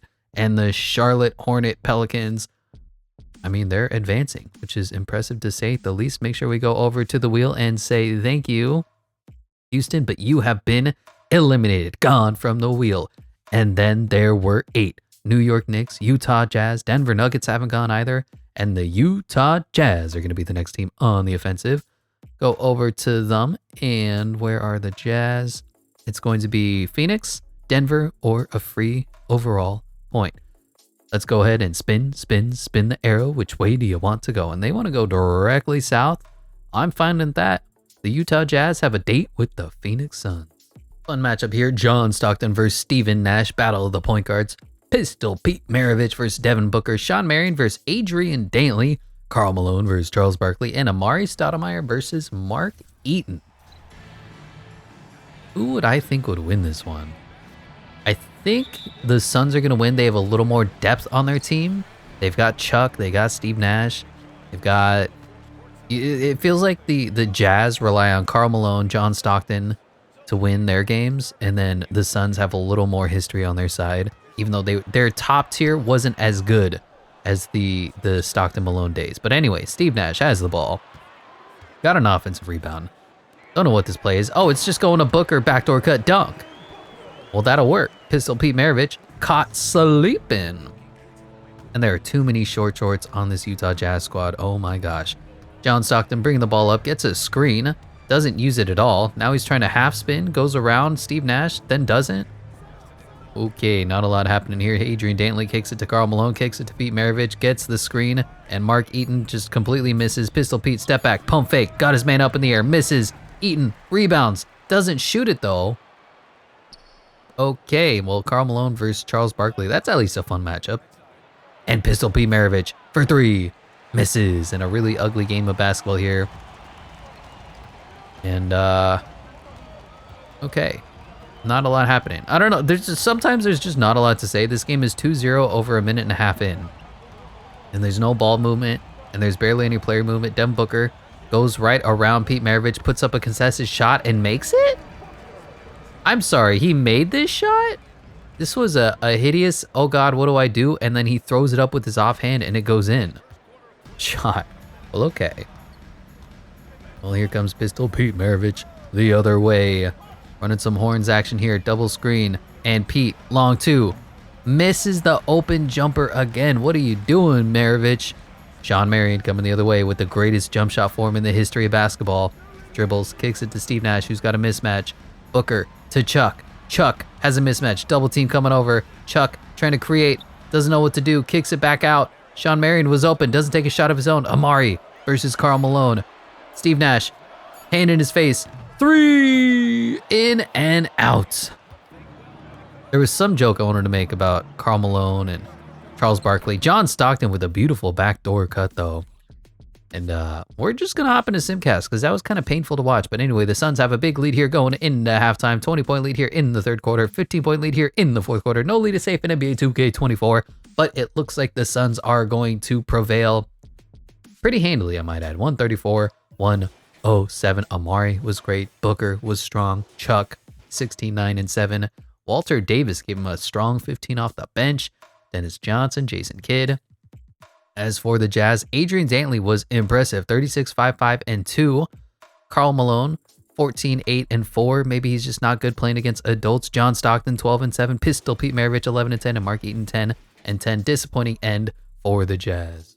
And the Suns prevail. Karl Malone does come over as the oldest man in the NBA who plays with the youngest players in the NBA, 97 overall. And I guess we'll give the 1 overall boost to Stephen Nash, who joins the 97 overall squad. Make sure we go over to the map and say, bam, the Utah Jazz have been eliminated. There's something about the home court advantage that might be overwhelmingly too strong in this game, because it seems like anytime a team goes on the offensive, they lose. At least the overwhelming majority. Anyway, Phoenix Suns doing well, and we'll make sure that the Utah Jazz have been, bam, eliminated from the wheel as the spinner gets thinner, and then there were 6. And the Washington Wizards are going to be the next team that goes. Take a quick peek at them. Boom and boom. And where are they looking? They got some Delawares and Virginias and West Virginias. I pressed the wrong button. So let me just try to remember. This is Delaware. This is New Hampshire. And this is West Virginia. All right. Hopefully all those were right. Otherwise, I'm a just complete fool. Anyway, spin, spin, spin to win. Which way do you want to go? I'm going to go directly east. For the sake of eliminating some of these empty states, I'm going to give them West Virginia here. It looks like we'll be giving Elvin Hayes the 1 overall boost over Wes Unseld. For some reason, Corey Kispert isn't the best player in the Wizards history. I don't know why. Maybe that's something wrong with the 2K rosters. But anyway, Elvin Hayes up to a 95 overall. And West Virginia has officially been taken over by the Washington Western Wizards. Over here, make sure we pop the Wizards off the wheel. And then there were 5 for the first round of NBA Imperialism, and the Sacramento Kings want to go. If you remember, they do have Christopher Webber, which is pretty good because normally you have to insert it manually and it's not as fun as, well, it could be. Anyway, the Kings have the Lakers, they have the Warriors, or they have Nevada. Let's see what direction does the wheel have in store for the Sacramento Kings, and that looks like it's a date with the Warriors. Oscar Robertson versus Stephanie Curry, Mitch Richmond versus Clyde Drexler, Kevin Durant versus Peja, Jerry Lucas versus Draymond Green, and Boogie Cousins versus Will Chamberlain. I kind of sometimes forget that Boogie Cousins is the best center in Kings history. Like, I guess theoretically, yeah, he made All-Star games. He's better than Vlade, better than maybe Sabonis could be better than, I'm not sure, but it's a little funny to think that Boogie Cousins is the best that they've ever had. Anyway, Steph Curry immediately makes a 3. So there's that. Let's see if the Sacramento Kings can respond. Of course, the Kings aren't as good, or they don't match up well against the Warriors in 2K as they do in real life. For whatever reason, every single Kings-Warriors game is great as Oscar misses the wide open elbow jumper and the Warriors are coming the other way. Like, in the last 2 years, anytime the Kings and Warriors have faced each other, it's greatness. What's not great is Draymond Green shooting 3-pointers early in the shot clock. Anyway, Oscar Robertson being picked up by Stephanie Curry. Battle of these superstar point guards, Hall of Famers. Incredible 1 triple-doubles, 1 just triples. And Oscar misses. Steph Curry plays just enough defense. Steph Curry now kicking the ball to Clyde Drexler, who goes right around Mitch Richmond. Misses the jump hook, though. Kind of an ugly game so far. 3-0 here in the first minute of the game. Mitch Richmond kicks it to Oscar Robertson, being beat up by Stephanie Curry. A little bit of a size mismatch here. Is he going to do anything with it? Is he going to go in the post? Is this play broken? Peja? No. Jerry Lucas? 3. Wow. Wide open, and he misses. And it looks like we're going to have a low-scoring affair. Wow.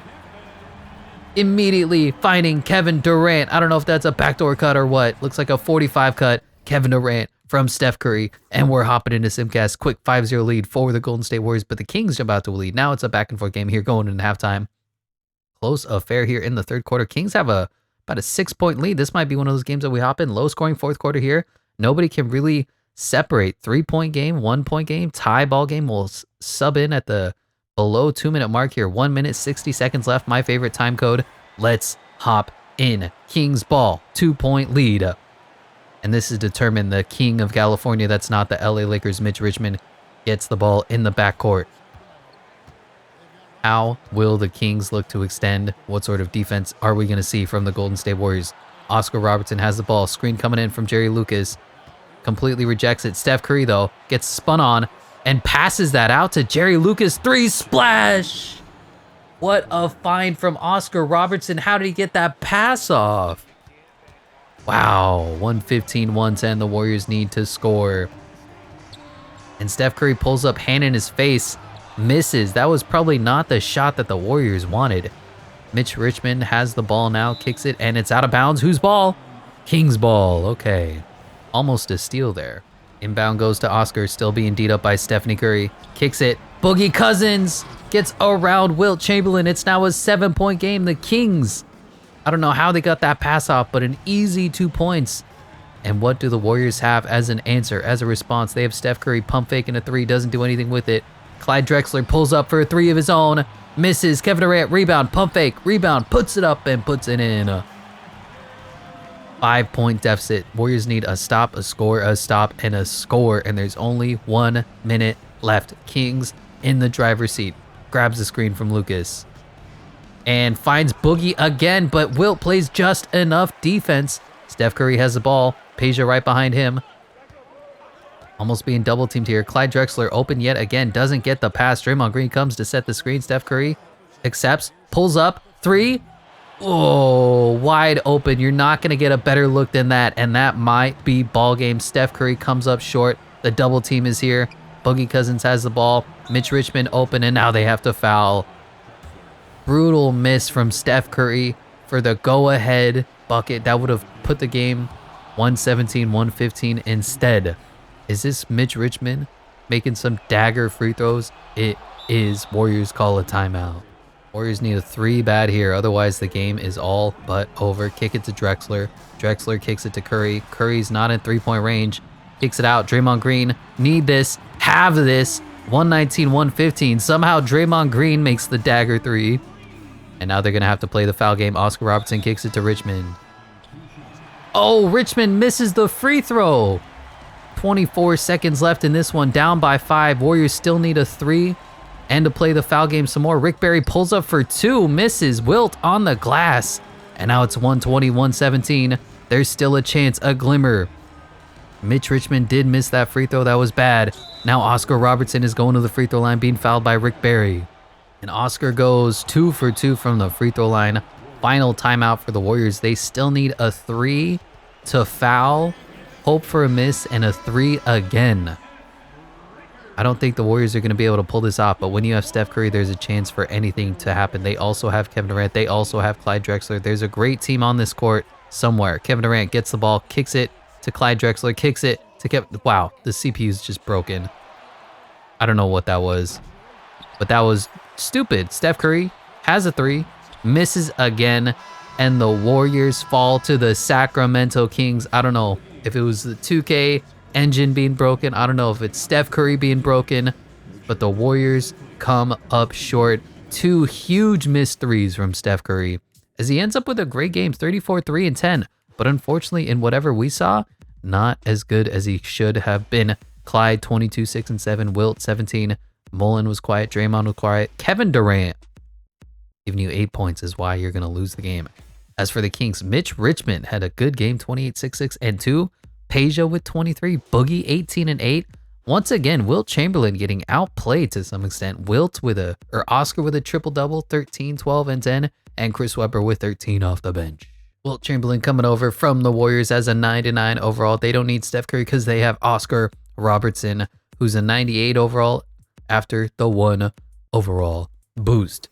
Pretty mean team now that they have out there in Sacramento, and we make sure that we say thank you, Golden State, but you have been eliminated from NBA Imperialism. Gone. And the Sacramento Kings versus the Los Angeles Lakers. As always, there's a date with destiny here, a rematch of the 2000s. And we go over here and we say thank you, Sacramento, for round 1 as you have passed. Warriors eliminated as the spinner gets thinner. Next team on the offensive is the Denver Nuggets, and I'm pretty sure we have a good idea of where the Nuggets are on the map. They're just kind of hanging out. Do they want to play the Suns or the Sonic Thunder, or do they want some free overall points? Let's go ahead and spin the arrow. Which way do you want to go? That's kind of a southeast-ish. For the sake of getting some of these empty states off the map, I'm going to give them New Mexico. Okay, here's the argument. The Denver's just right here. Okay, And then you look at the arrow, it's like, oh, we're going to go to New Mexico, right? Yeah. That means Nikola Jokic gets 1 overall boost up to a 98 overall, and the Denver Nuggets get to take New Mexico. Nice little urine yellow here. Good for them. Logo size boost. And we keep on keeping on. Pop the Nuggets off the wheel for round 1 of NBA Imperialism, and then there were 3. Knicks, Grizzlies, Spurs. Who's going to go next? It's the... I can't tell. It's the New York Knickerbockers. And we take a quick peek at them on the map. They're all the way up here. They have Toronto, Cleveland, or I believe that is Vermont. We'll go ahead and spin the arrow. Which way do you want to go? That is directly south. That is, I think we'll call it Cleveland.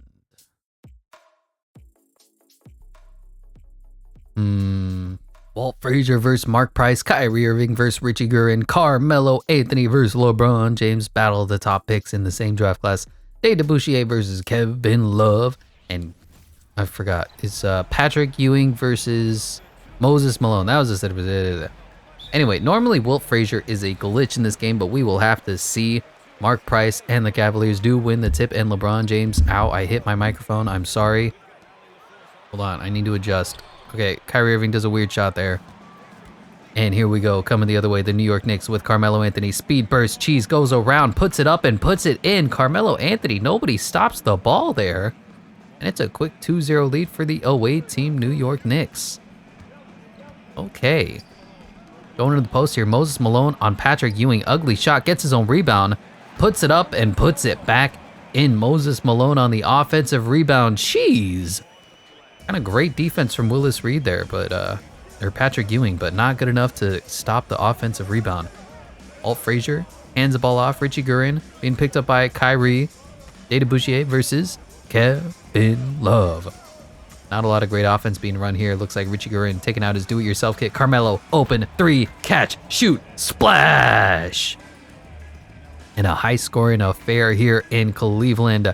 How will the LeBron Jameses respond? LeBron hasn't even touched the ball yet. Looking to set a screen here. And Mark Price taking out his do-it-yourself kit versus Walt Frazier. You can have that.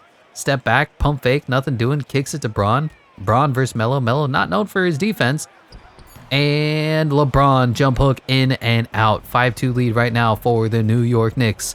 How will Carmelo Anthony take advantage of this mismatch? Mark Price, backdoor cut. Richie Guerin. Great contest from Kevin Love though. And Kyrie Irving coming the other way. Kicks it to Mark Price. Mark versus Melo. Melo versus Mark. Looks like they're going into the post. Walt Frazier versus LeBron James. Size mismatch. Double comes over. Kevin Love for 3. Tie game. Splash. And this is going to be a good one as we hop in to Simcast. Wow. Okay. Cavaliers are leading in the first quarter. Halftime, it's about a back and forth game. Third quarter, Knicks lead back and forth going to the fourth quarter. And this is just what I expected. But the Knicks are winning by about 10. Look at the fourth quarter yet again. Let's see if the Cavs can make it close. 9-point game, 9-point game, 10-point game, 15-point game. Another not very close game as this time the away team dominated the final 3 quarters.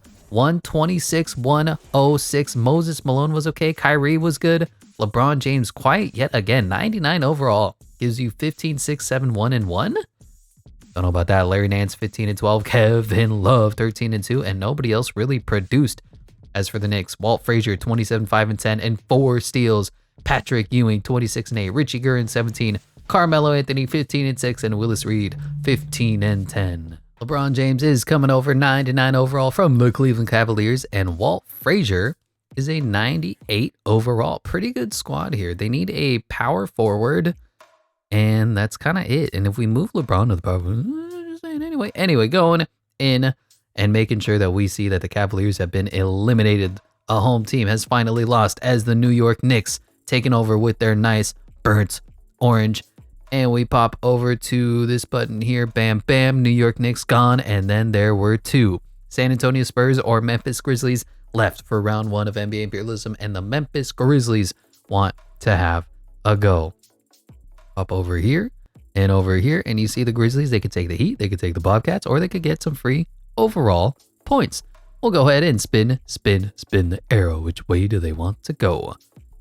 Kind of a northeast sort of twinge. And I'm going to go ahead and give them Kentucky so that we can get another empty spot off the map. Just here's my argument, all right? We'll say they're like right here. They're in the northern part of Tennessee. And then you go, oh, you want to go north and east? Well, why don't we start with north and take out Kentucky? Okay, good enough? Yeah. Marcus Saul going to get the 1 overall boost up to a 94 overall, leading the way. And we'll go ahead and make sure that Kentucky has been taken over by this nice little light blue of the Memphis Vancouver Grizzlies. And that means the San Antonio Spurs are going to be the final team to go. And what direction do they want to spin? And they want to go northeast. Well, we look at them on the map. And if I remember, they're going to have to go through a couple of teams. So let's take a quick peek. To me, it's a little more north than east. So I think this is the Oklahoma City Thunder Sonics.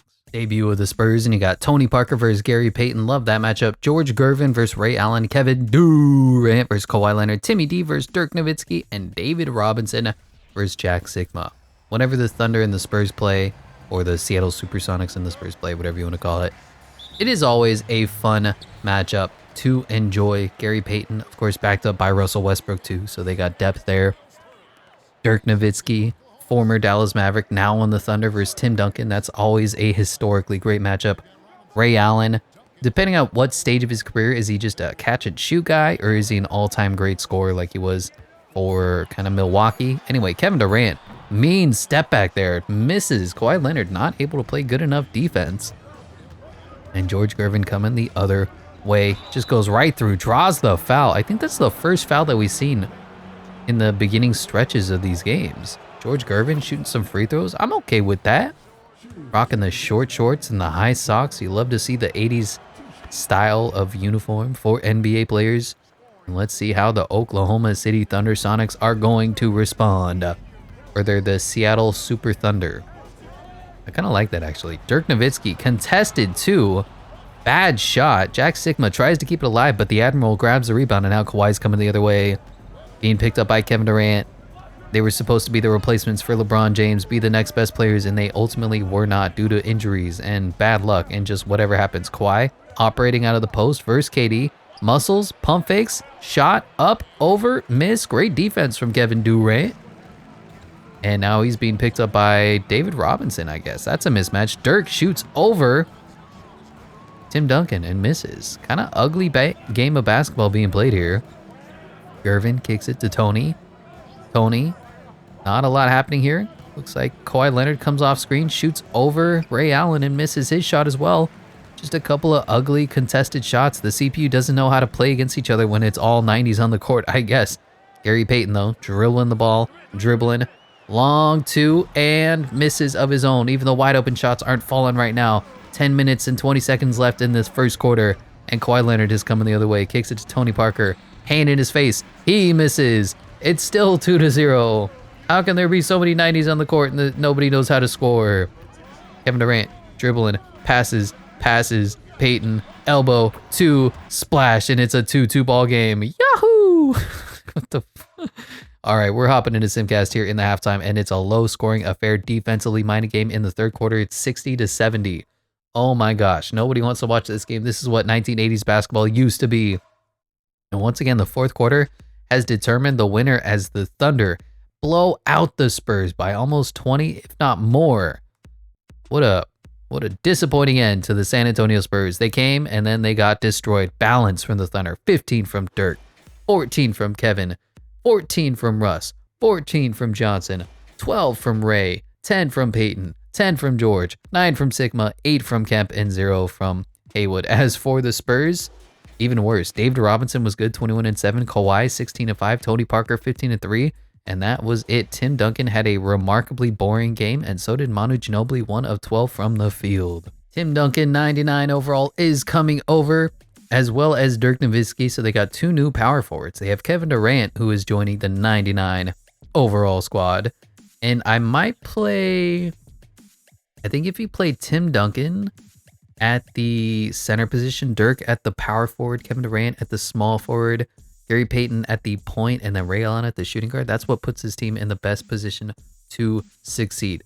Anyway, that's going to do it there. we go over to this map and say goodbye to the San Antonio Spurs and goodbye to round 1 of NBA Imperialism. This is what the map looks like after every single team has had at least one turn. Notable losses to the Golden State Warriors and to the Orlando Magic and to the LA Clippers, I guess. And this whole Texas area, the Rockets got beat pretty quickly. The Mavericks are gone.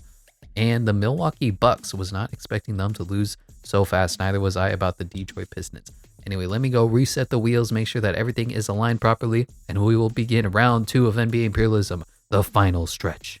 The teams are ready, the wheel is set, and it is time to begin round 2 of NBA Imperialism. This time, no teams come off unless they get eliminated. That means it is a complete free-for-all, and the first team that's going to take over for round 2 is, well, it's the Washington Wizards. And if you've been watching Wizards franchise, you know that the Wizards need a lot of help.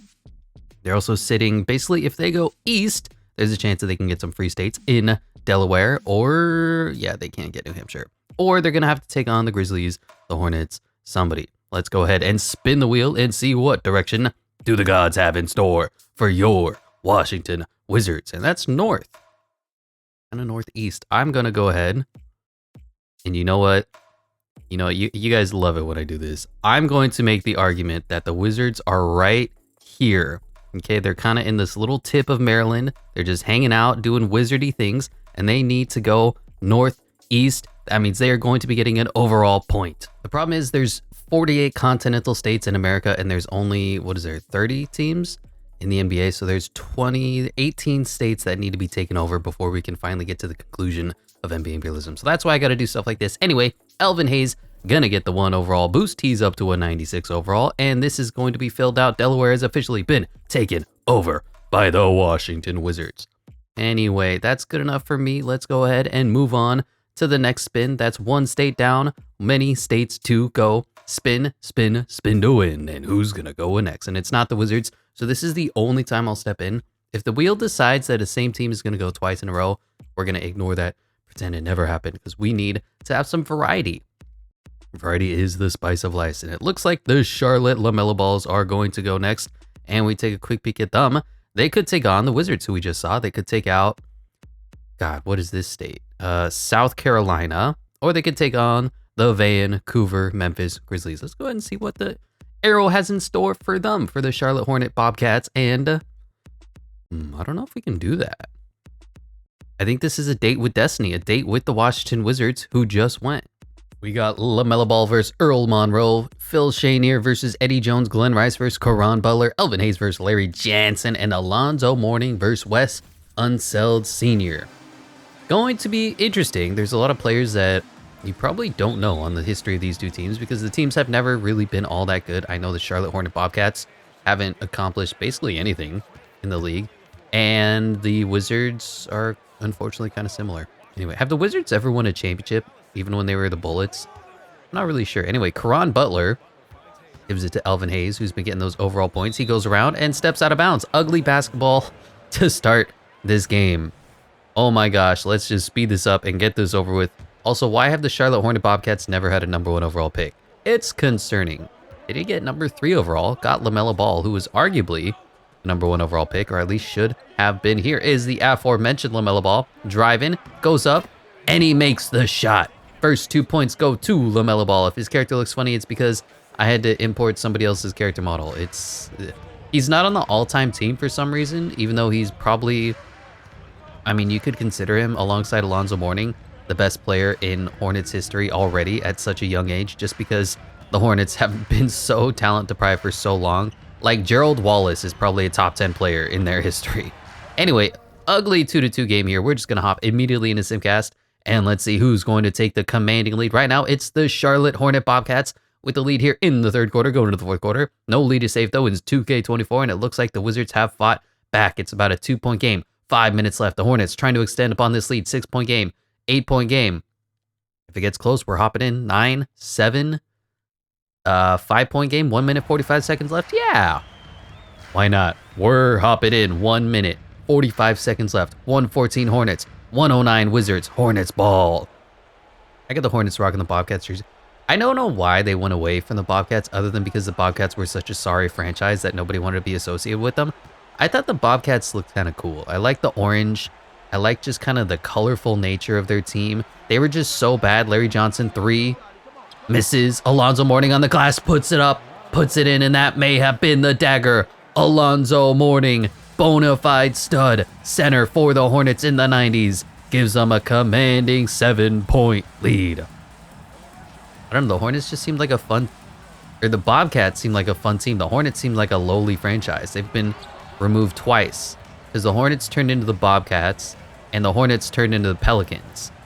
So, you know, just think about it. Anyway, LaMelo Ball here, 7-point lead, 1 minute, 4 seconds left. And he misses an open little one-handed floater right at the basket. Caron Butler sprinting up the court. Doesn't do anything with it, but, you know, he's there. Phil Schneider kicks it. Earl Monroe. Boy, the Wizards, they really need a Corey Kispert on the floor right now. They really need a Jaden Ivey or an Alperen Şengün, because this team is struggling to find offense. There's 40 seconds left in this one. Maybe they need a Justin Edwards. Fake 3 from Damian Jones. Anyway, busted play here. Looks like they're going to give it to Larry Johnson and ask him to bail him out over Wes. Unseld. Shot. 3-pointer. Missed.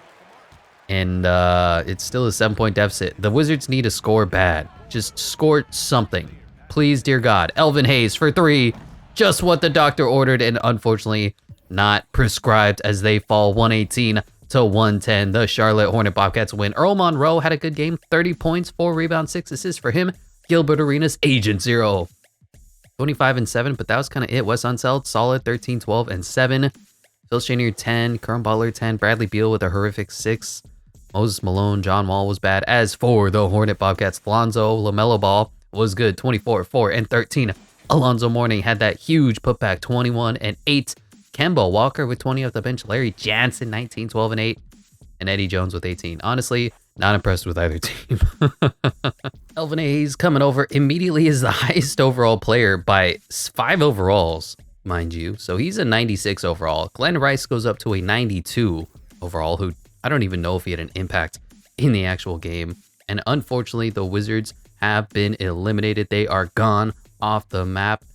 Bam! Deleted as the Charlotte Bobcat Hornets. Bro, just a little bit. Make sure that we go over and erase them off the wheel. I'm pressing the wrong buttons. Hold on, ignore me. Wait, no. Here it is. Wizards have been eliminated. Gone as the spinner gets thinner. And we're going to keep the Hornets on. Like I said, this is round 2. This is just determining who's left in the NBA. The Brooklyn Nets want to go Nets. Nets next. They could pick a thumb. They could take the Celtics. They could take the Knicks. They could take New Hampshire. And that's kind of their only 3 options. We'll go ahead and see what the arrow has in store for them. Boom, here, button, wait, boom, here, and button. Spin, spin, spin to win.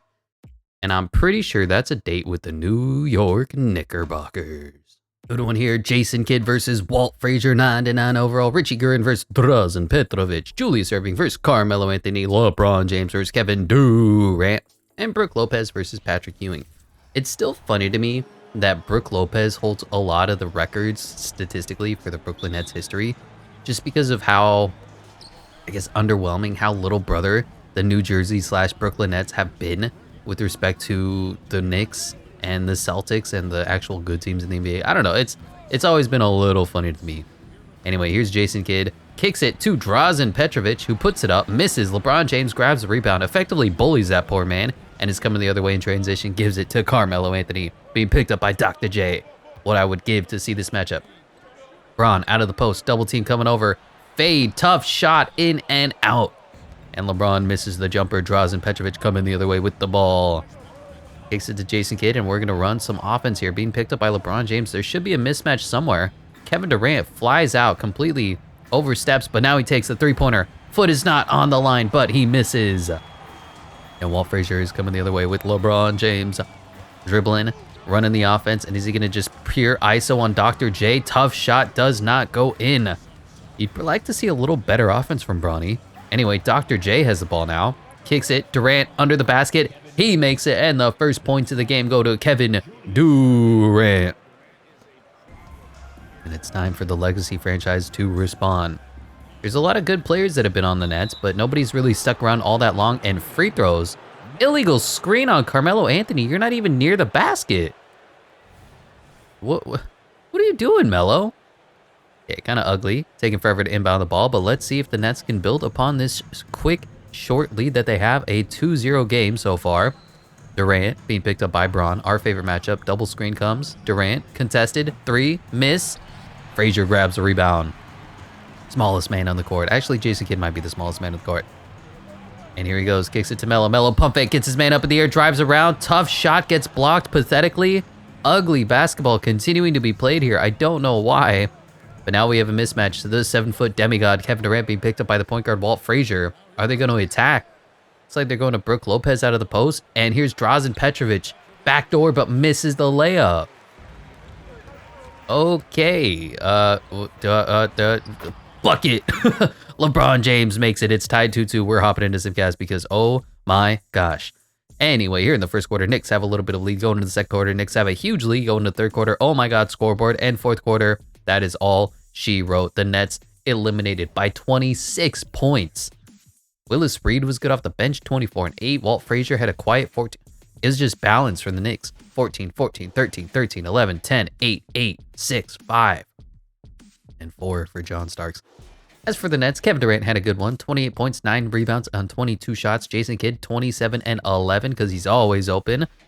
Drazen Petrovic gave you 17. Julius Erving gave you 14. And Brook Lopez gave you 10. But the bench just did not produce. Buck Williams gave you 2. Vince Carter gave you 2. James Harden gave you 2. And Kyrie Irving gave you 9. Just not good enough.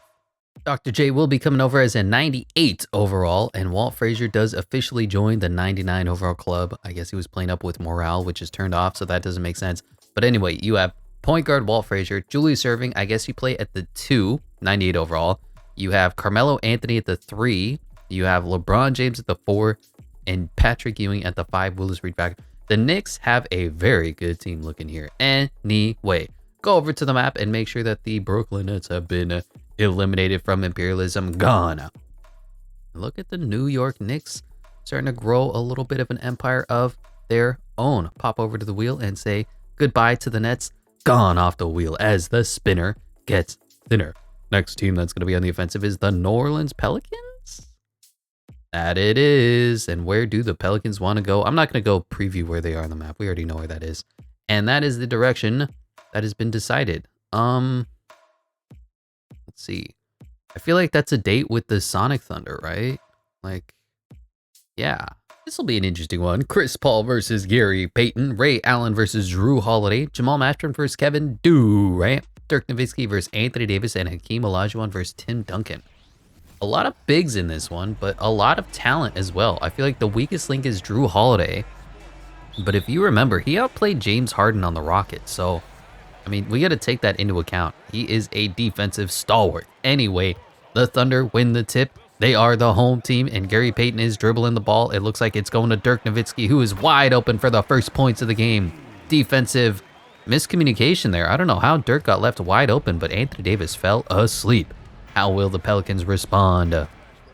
Hakeem kicks it to Jamal Mashburn. Looks like they're going to Drew Holiday for a 3. In and out, wide open shot, and Drew needs to make those if he wants to continue playing and being on the Pelicans team. And here comes Gary Payton now with a mismatch. Dirk versus Timmy D has Cliff Ball on him. Double team comes over, too late, but Tim misses the jump hook. I swear post moves are just broken in this game. They're never going to work. Anyway, who's that? Cliff Paul just pulling up for 3? Misses. Kevin Durant snags the rebound, kicks it to Ray Allen. Ray Allen steps back, 3 of his own, splash, and it's a quick 5-0 lead for the Oklahoma City Thunder Sonics. Let's see, what is it? It's the Oklahoma City Seattle Super Thunder Sonics versus the New Orleans Hornet Pelicans. That's just too much going on. Anyway, wow. Anthony Davis just went right through Dirk, and 2 points the easy way gets them on the board finally, and we are hopping into Simcast. Here in the second quarter, the Thunder have a big lead, but it's not too much. No lead is safe in 2K24. In the fourth, it's about a 9-point game. They've won every quarter, but only a 2-point game, 5-point game, 2-point game. This is definitely going to be one of those games that we have to hop in at the 2-minute mark. 8-point game here, 6-point game, 8-point game, 5-point game, 1 minute, 12 seconds left.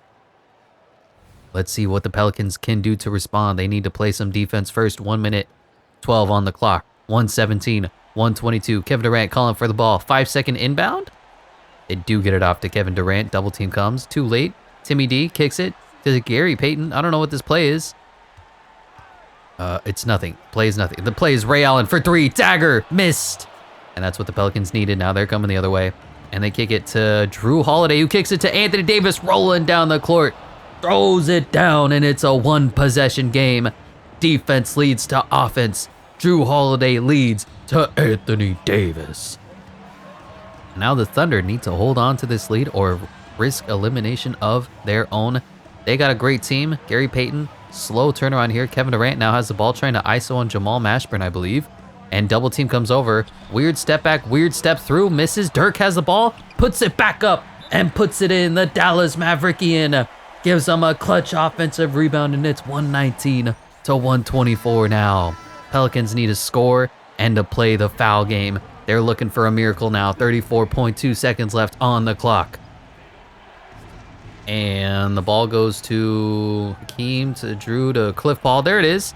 Kind of weird, just dribbling the ball around. Complete ISO, or are they going to the post for Hakeem versus Tim Duncan? Good luck.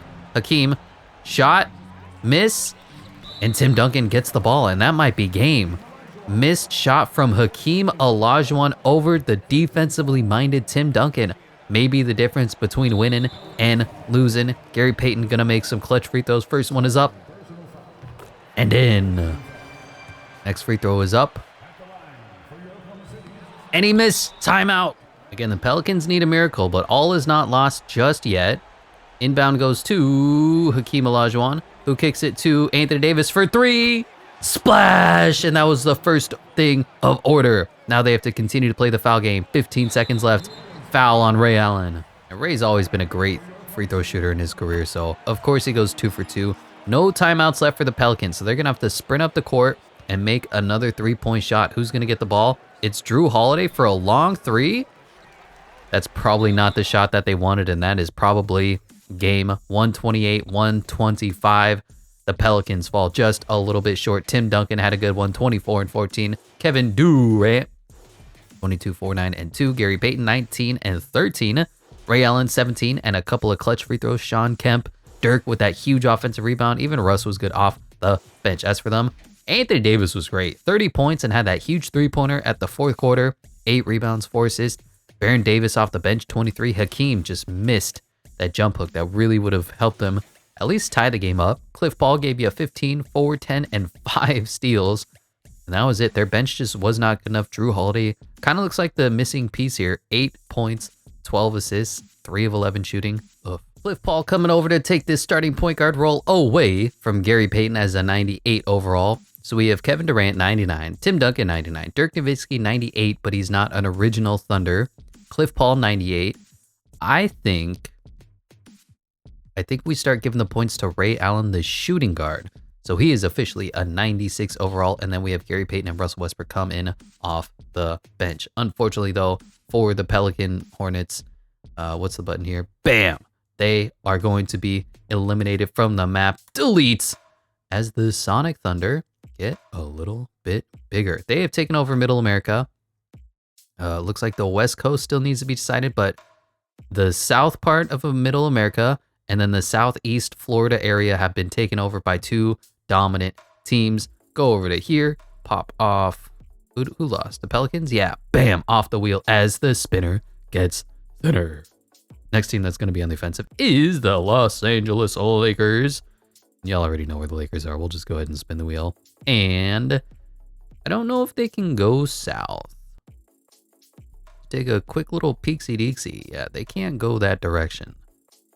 So try again, Los Angeles. You can go after the Kings. You can go after Nevada. Can you go this way? I think they can. Let me make the argument for you. Let's say the Lakers are kind of right here in the northern part of whatever area that they control. And then we look at the wheel and they're going a little bit north, but mostly to the west. And that's the Sacramento Kings. We have a rematch of the early 2000s. Lakers at the Kings. Robert Donahue is the referee. Who you got? You've seen it once, you've seen it 1,000 times. Kings at the Lakers. Magic versus Oscar. Mitch versus Kobe. Elgin Baylor versus Peja Stojakovic. Jerry Lucas versus LeBron James. And Shaquille O'Neal versus Wilt the Stilt Chamberlain. A little bit of surprise, if you're asking me, that the Sacramento Kings are still here sticking around and trying to be competitive in NBA Imperialism, but this will be the first step towards them dominating, taking over. Can they oust the overwhelming favorite Los Angeles Lakers? Will they get cheated by the refs once again? And here comes Oscar being picked up by Magic, goes up and gets blocked pathetically. Bad start for them. Magic, Showtime coming the other way. And it doesn't look like a whole lot is going on in this possession just yet. I was kind of expecting a fast break, but here's Kobe Bryant, has Shaquille O'Neal setting the screen, pulls up for three, and he splashes. Kobe Bean Bryant gives the Lakers an early 3-0 lead. Bad start if you're a Kings fan. And here's a screen. Doesn't really get used. What is going to be the play? Looks like Mitch Richmond's coming open for three to answer against Kobe. Misses, and Shaq flies in for the rebound. Elgin Baylor bringing the ball up now. Being picked up by Wilt. Looks like there's a mismatch. Go to Shaq in the post. Go to Shaq in the post. Give the Diesel the ball and move. Get out the way. Shaq going through. Open. Elgin Baylor. Kobe. And Shaq is still open. Wow, broken possession. Give the ball to Shaquille O'Neal. I don't know what the CPU is doing, but they completely botched an easy 2 points there. Peja Stojakovic spinning for no reason. Kicks it to Oscar Robertson. Now he's running. Peja open. Long two. Splash. And you know what? We might watch this one a little bit longer because these are two pretty good teams. Normally it's like the Hornets, as you saw, where they have like 290 overalls versus a team versus all 90s.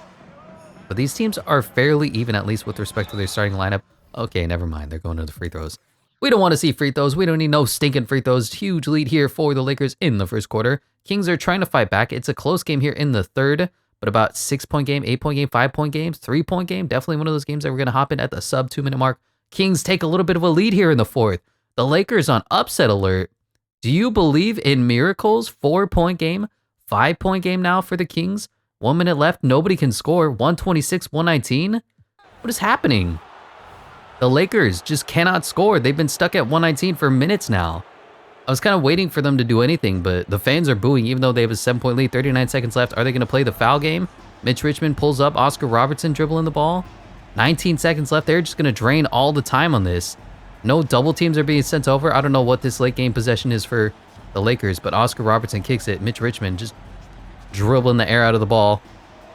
Now it looks like Boogie's going to... No, that's Chris Webber. Sets a screen. Mitch Richmond for three. Would have been huge. 7-point deficit. 15 seconds left. How will the Lakers respond? Gives it to Magic Johnson, who's dribbling. Kicks it. LeBron. Dagger. Missed. Shaq on the rebound. Kobe to Baylor. Time is running out. There it is. The Lakers grab a three, but it may be too little too late. There's only 3 seconds left, and it doesn't look like they're going to foul. Down by 4. The Los Angeles Lakers completely botched the end of this game and fell apart against the Sacramento Kings. The Lakers, purple and gold, have fallen.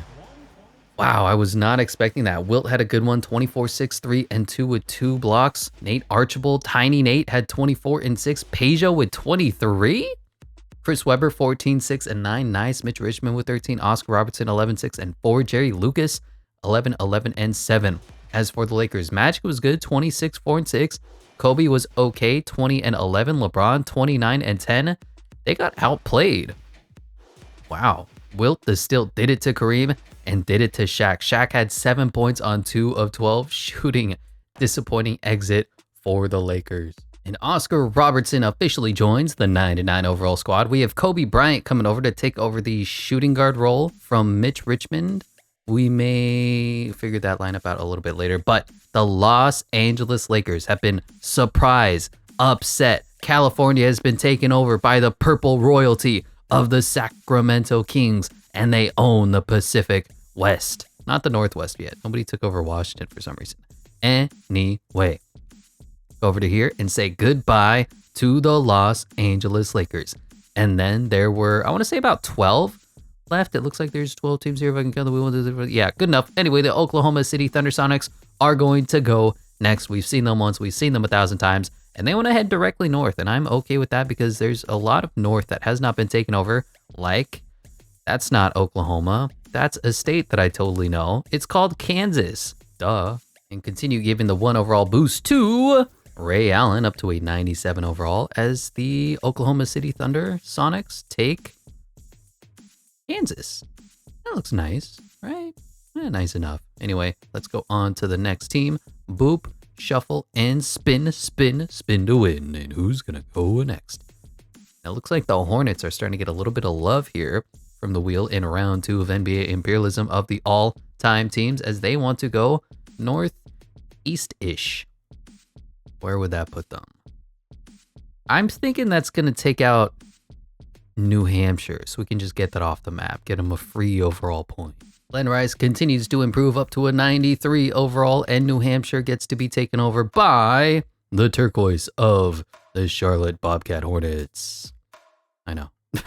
Not all that exciting, but we got to get some of these parts of the map filled up. There's a lot of empty states. There was a lot of fights in the first round of NBA Imperialism, and once again, we're stepping in because the Charlotte Hornets cannot go twice in a row. It's against the rules.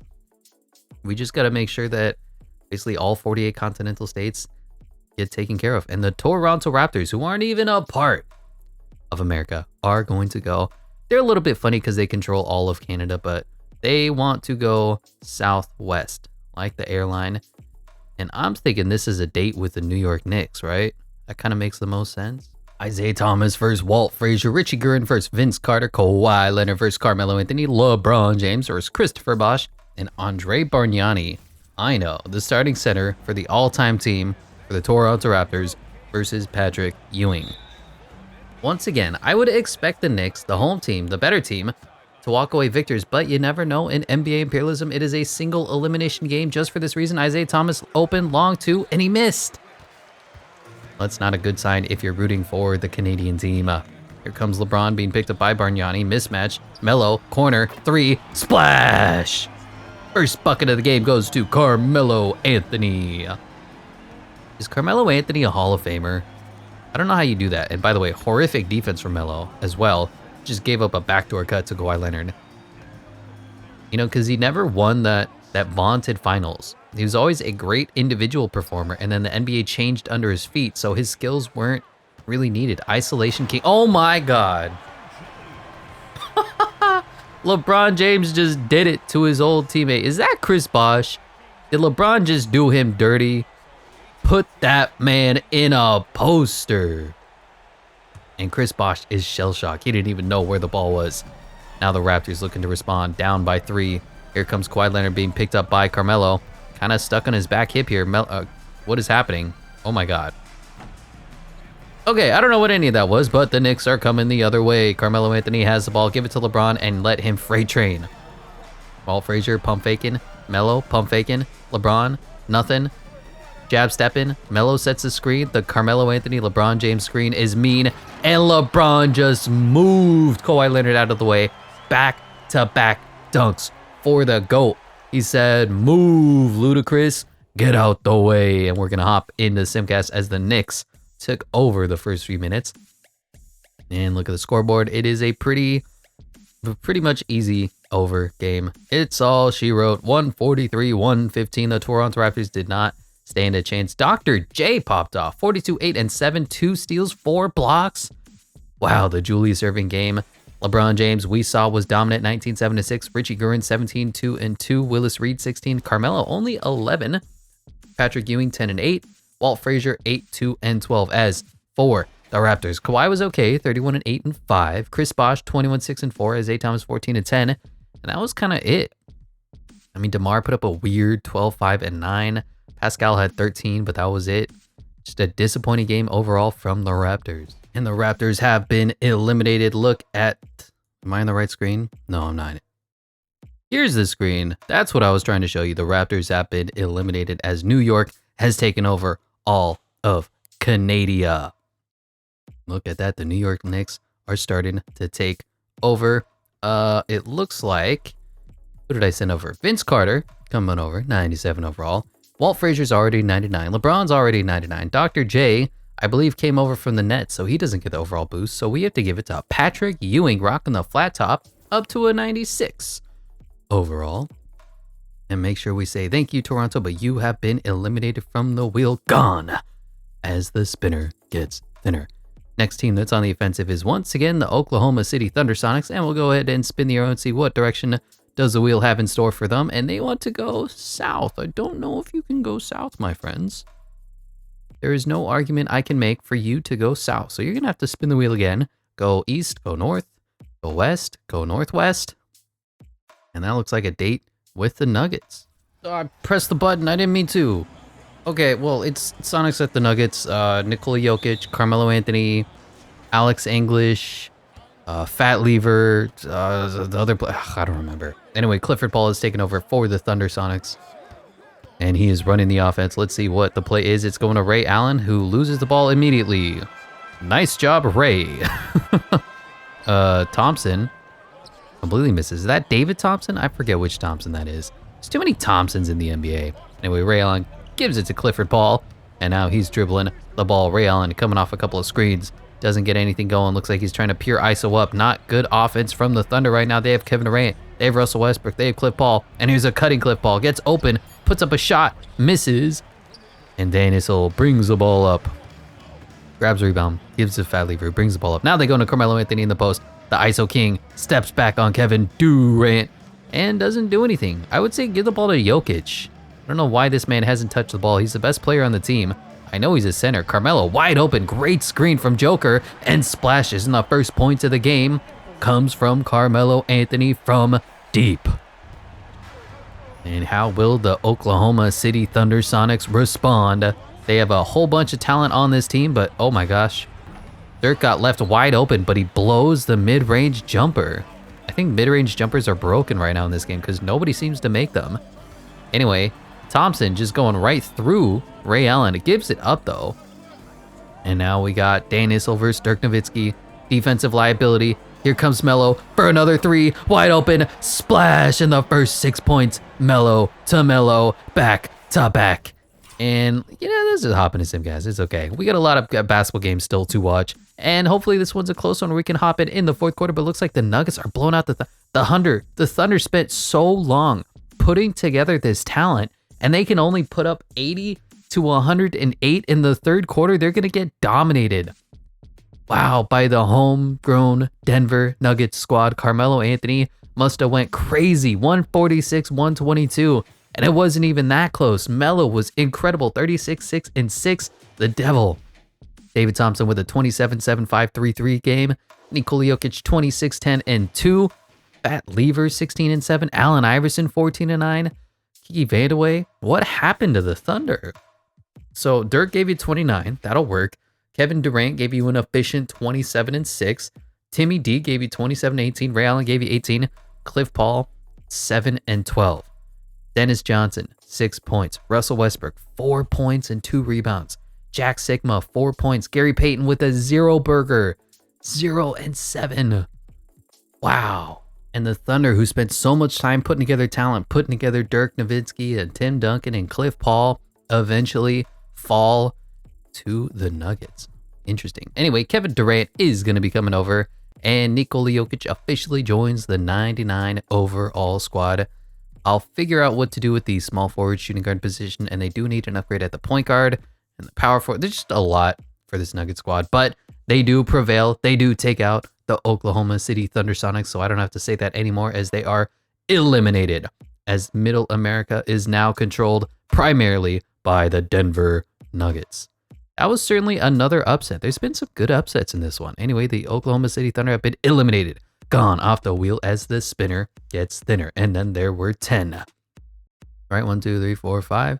Yep, 10 teams left, and the Phoenix Suns are going to go next. They probably don't want to run into the buzzsaw known as the Denver Nuggets, but they want to go completely north, which is fine by me because there's a lot of empty states here. I'm going to give them Idaho. Steven Nash going to get the 1 overall boost. He's officially a 98 overall. And the Great Wall of Orange has spread across America. The Phoenix Suns have taken over at least a little bit. Anyway, we're going to shuffle and then spin, spin, spin to win. And who's going to go next? And the Memphis Grizzlies haven't really had a lot of goes here, but what direction do the arrows have in store for Memphis? They want to go southeast? Interesting. If I was the Memphis Grizzlies, I think it's the Bobcats. That's going to be my gut call. John Morant versus LaMelo Ball, battle of the young point guards. Tony Allen versus Eddie Jones. Glenn Rice versus Shane Battier. Zach Randolph versus Elvin Hayes. And Alonzo Mourning versus Marc Gasol. I don't know what it is about these teams in like the lower east part of America, but they're just not very good. There's not a whole bunch of superstars, not a whole bunch of history. And another game of teams that are pretty good, like the Grit and Grind Grizzlies. Everybody loved, but they just lacked any superstar talent, which is why they had to win games through grit and grind. Anyway, Zach Randolph just went through, missed, rebound, missed, and Elvin Hayes plays good enough defense. Jones coming the other way. I believe wow, Glenn Rice pulls up for three and misses. Okay, Glenn Rice, highest overall player on the Hornets right now, and he's not able to do a lot for the team. John Morant now has the ball being picked up by LaMelo Ball. Screen set from Zach, and John Morant doesn't do anything with it. Kicks it to Marc Gasol under the basket, and he misses, and it's a 0-0 ball game. Thrilling, exciting, excrement, LaMelo Ball. What is the music they're playing? It was just like a piano. Someone sat on the piano and just forgot. Anyway, Alonzo Mourning with a great screen and a roll throws it down with authority. Look at Big Zebo go. I think that's Zildrunas Ilgauskas. But anyway, Zoe with the throw down. And how will the Vancouver/Memphis Grizzlies respond? They give it to Tony Allen, who cannot shoot the basketball. Looks like they're going to Marc Gasol in the post. And what a post position he has. Goes around, spins, double team comes over. Zach Randolph is open, and instead, Marc Gasol takes out his do-it-yourself kid and one. And I guess we'll watch the free throw. After that, we'll just hop into Simcast, and Marc Gasol puts it in. Hopping into Simcast, and I expect the Grizzlies to win, but the Hornets may win too because I'm a flip-flopping person. Anyway, the Hornets have a huge lead here in the fourth quarter, about a 20-point game, and that is going to be all she wrote. 126-108. LaMelo Ball was good, 25, 6, and 7. Kemba Walker, 21 and 10.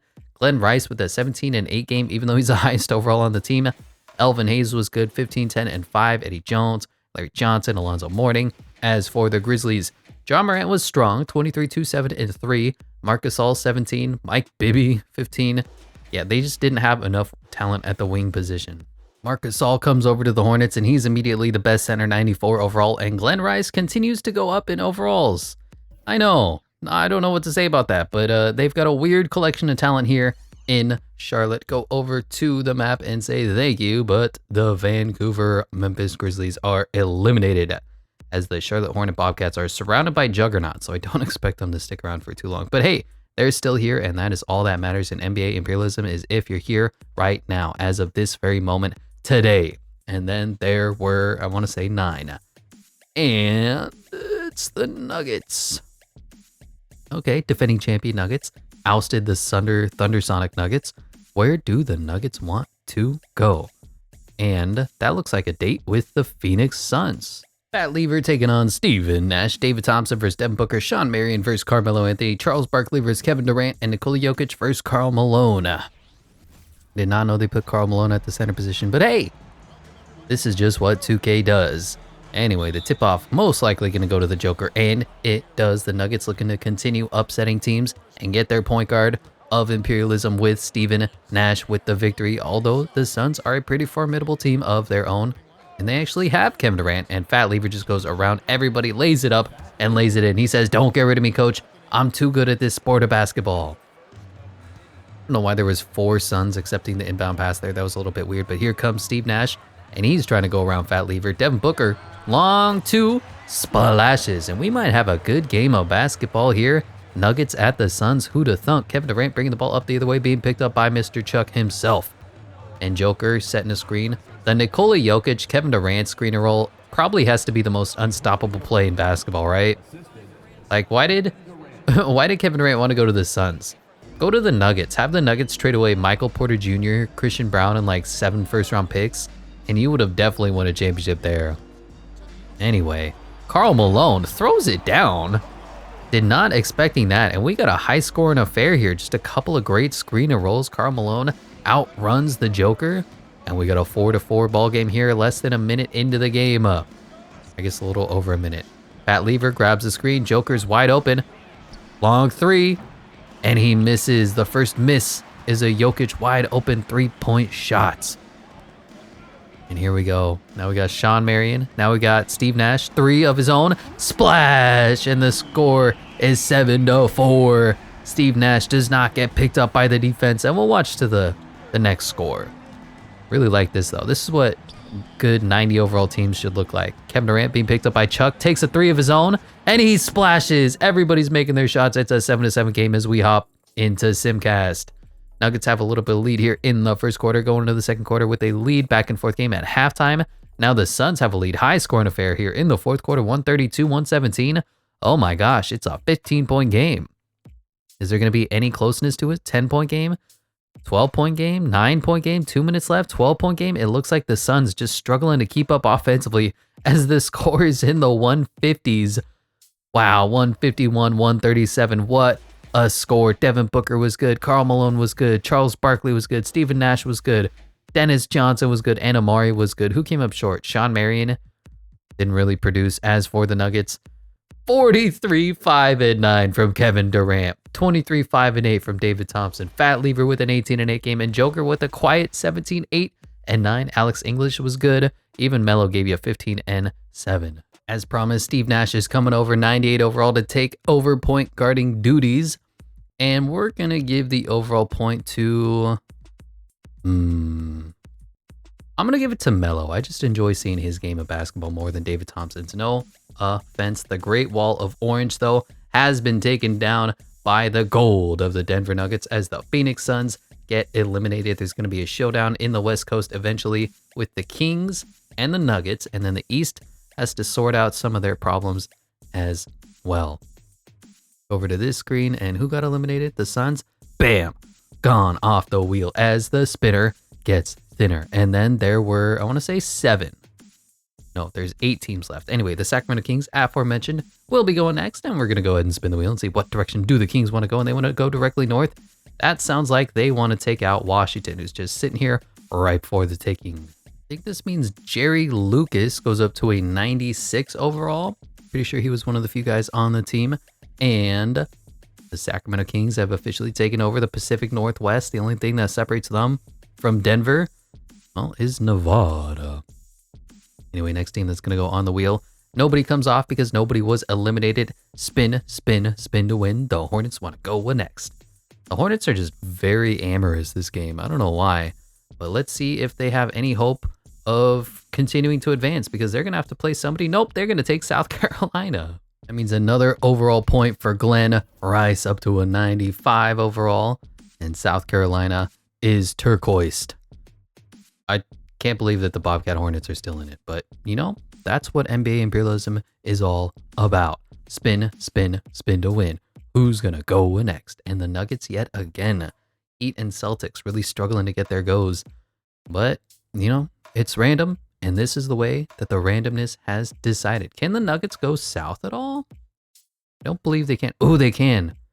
Argument, they're in Idaho. They just took it over, and now they're going to take Nevada if they go south, right? Yeah. Carmelo Anthony joins the 97 overall, and Nevada is officially part of Denver.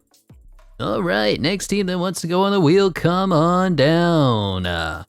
And who's it going to be? It's the Hornets again, isn't it? Well, this time the Hornets have to play somebody. I guarantee you that they're going to lose to whoever they play to, but you can't go that way. I can just personally tell you that, not even looking at the map. You can't go that way. Is there an argument for anybody? No. Sorry, Charlotte. You're going to have to spin again. Pick north, south, west. And... oh, I didn't show you the wheel. I'm sorry. There's too many buttons I got to... I think this is pointing to the Chicago Bulls. Don't you? LaMelo Ball versus Derrick Rose, Eddie Jones versus Michael Jordan, Scottie Pippen versus Glenn Rice, Elvin Hayes versus Dennis Rodman, and Artis Gilmore versus Marc Gasol. Of course, Reggie Miller coming off the bench. The Bulls, I think they played the first game of Imperialism in NBA 2K24 all time. And then this is the next game that they played, like, what, 4 hours into this? However, whatever the time code is right now, it's probably a lot. Anyway, Scottie Pippen dribbling the ball, trying to pull up, contested from the elbow. Don't know why he would take that shot, especially against their best player. But he decided to. Anyway, let's see. The Bulls, of course, incredible defensively. Michael Jordan, All-NBA defender. Scottie Pippen, All-NBA defender. Derrick Rose, MVP. Artis Gilmore, great defender. and Dennis Rodman, all NBA defender, but somehow LaMelo Ball puts up a contested floater, and the Charlotte Hornets have a lead. I mean, there's not a lot you can say other than hats off to you for making the first points of the game. Dennis Rodman has the ball.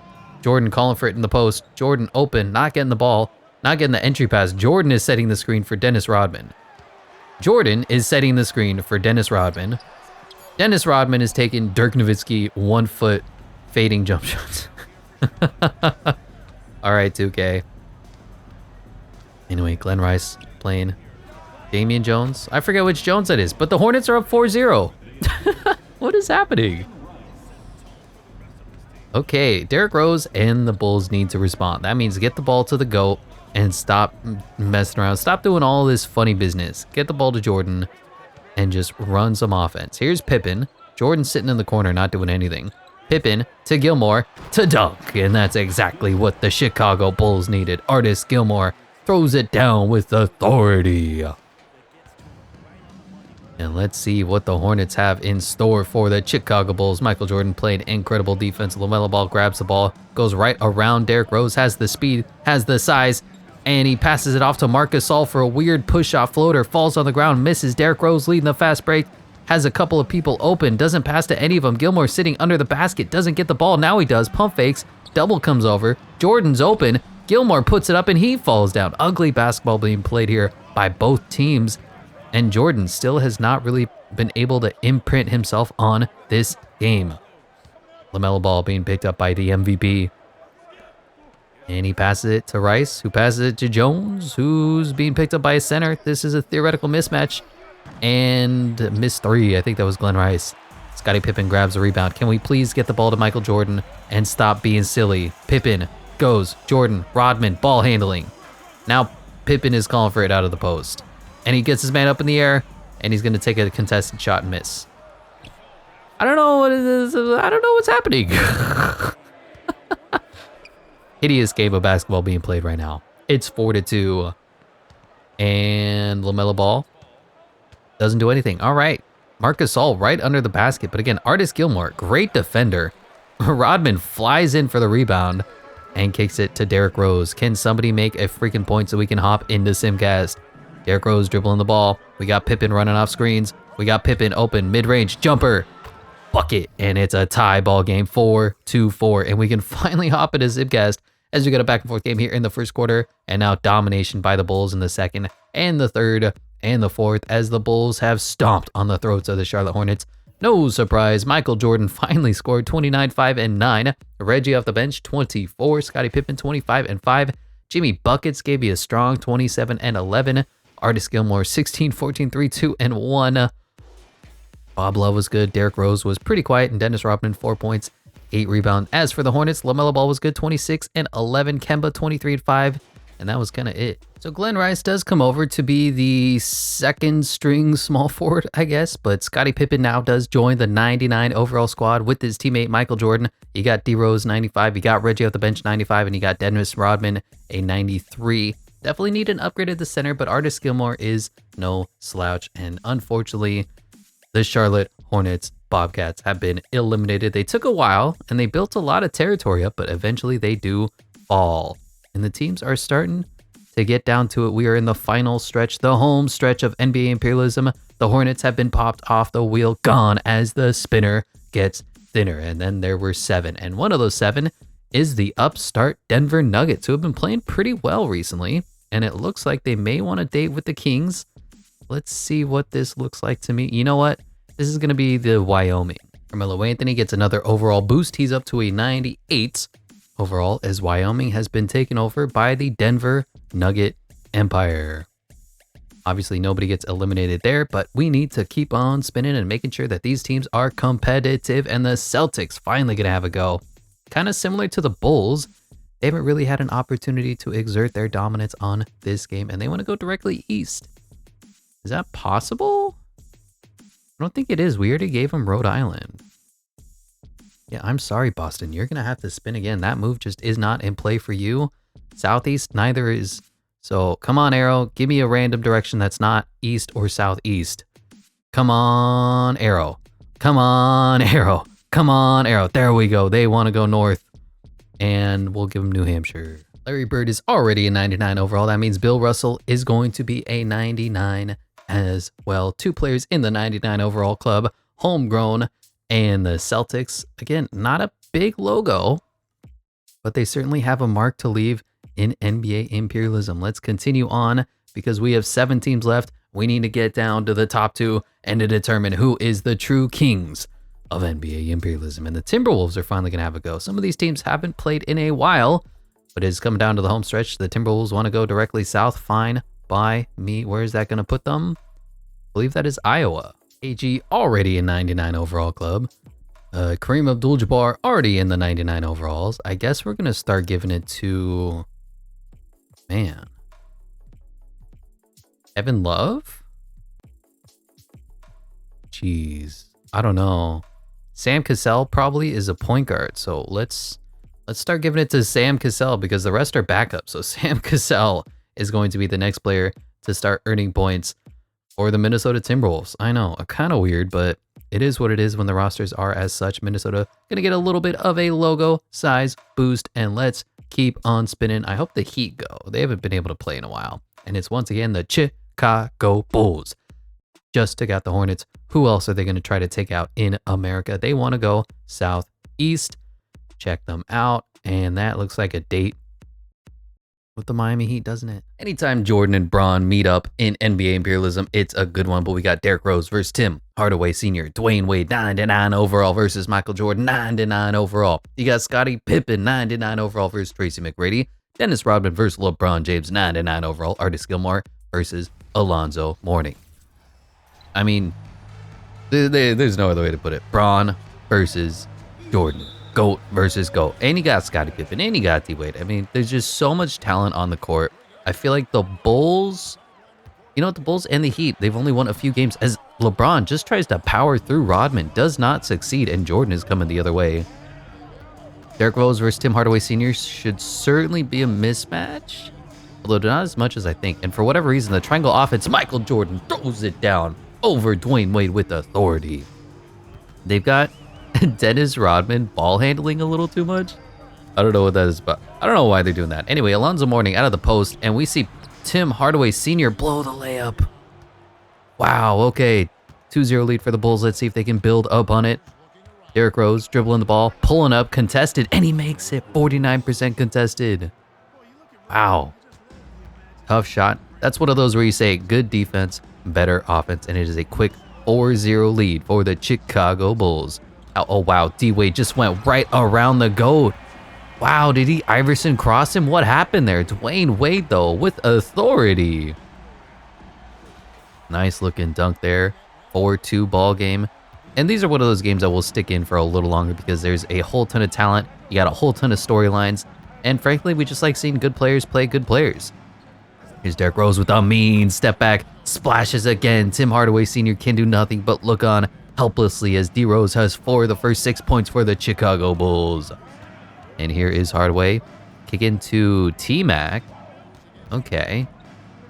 Don't know what this play is. It looks like it's blown up and they're asking LeBron James to save us. Now it's Tracy McGrady versus Scottie Pippen, who is a all-world defender. Dwayne Wade, not a great three-point shooter. Splash!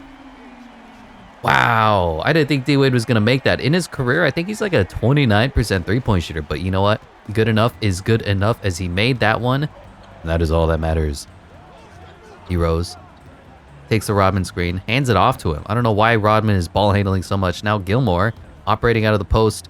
Got doubled, but he passed to the wrong guy. And here's Jordan being picked up by Wade. Size mismatch. Ooh, pump, jump. And he goes around D-Wade. Wow, hushing the crowd. Michael Jordan, too much sauce on that dribble. Now D-Wade looking to respond. I don't expect Dwayne to make another three-pointer, probably in this entire game. But here's D-Wade stepping back. We got Tim Hardaway in the corner for 3. Missing. Gilmore grabs the rebound. Derrick Rose coming the other way. And they play good enough defense. Get back successfully. And Derrick Rose operating out of the post. Jordan, long 2, mid-range, assassin, and he missed. That was probably the easiest shot of the whole game in the mid-range where Michael is money. And that's the shot that gets missed? Okay. McGrady, pick and roll. Nothing doing. Kicks it. Alonzo Mourning being picked up. The double coming over. Unnecessary. T-Mac open 3.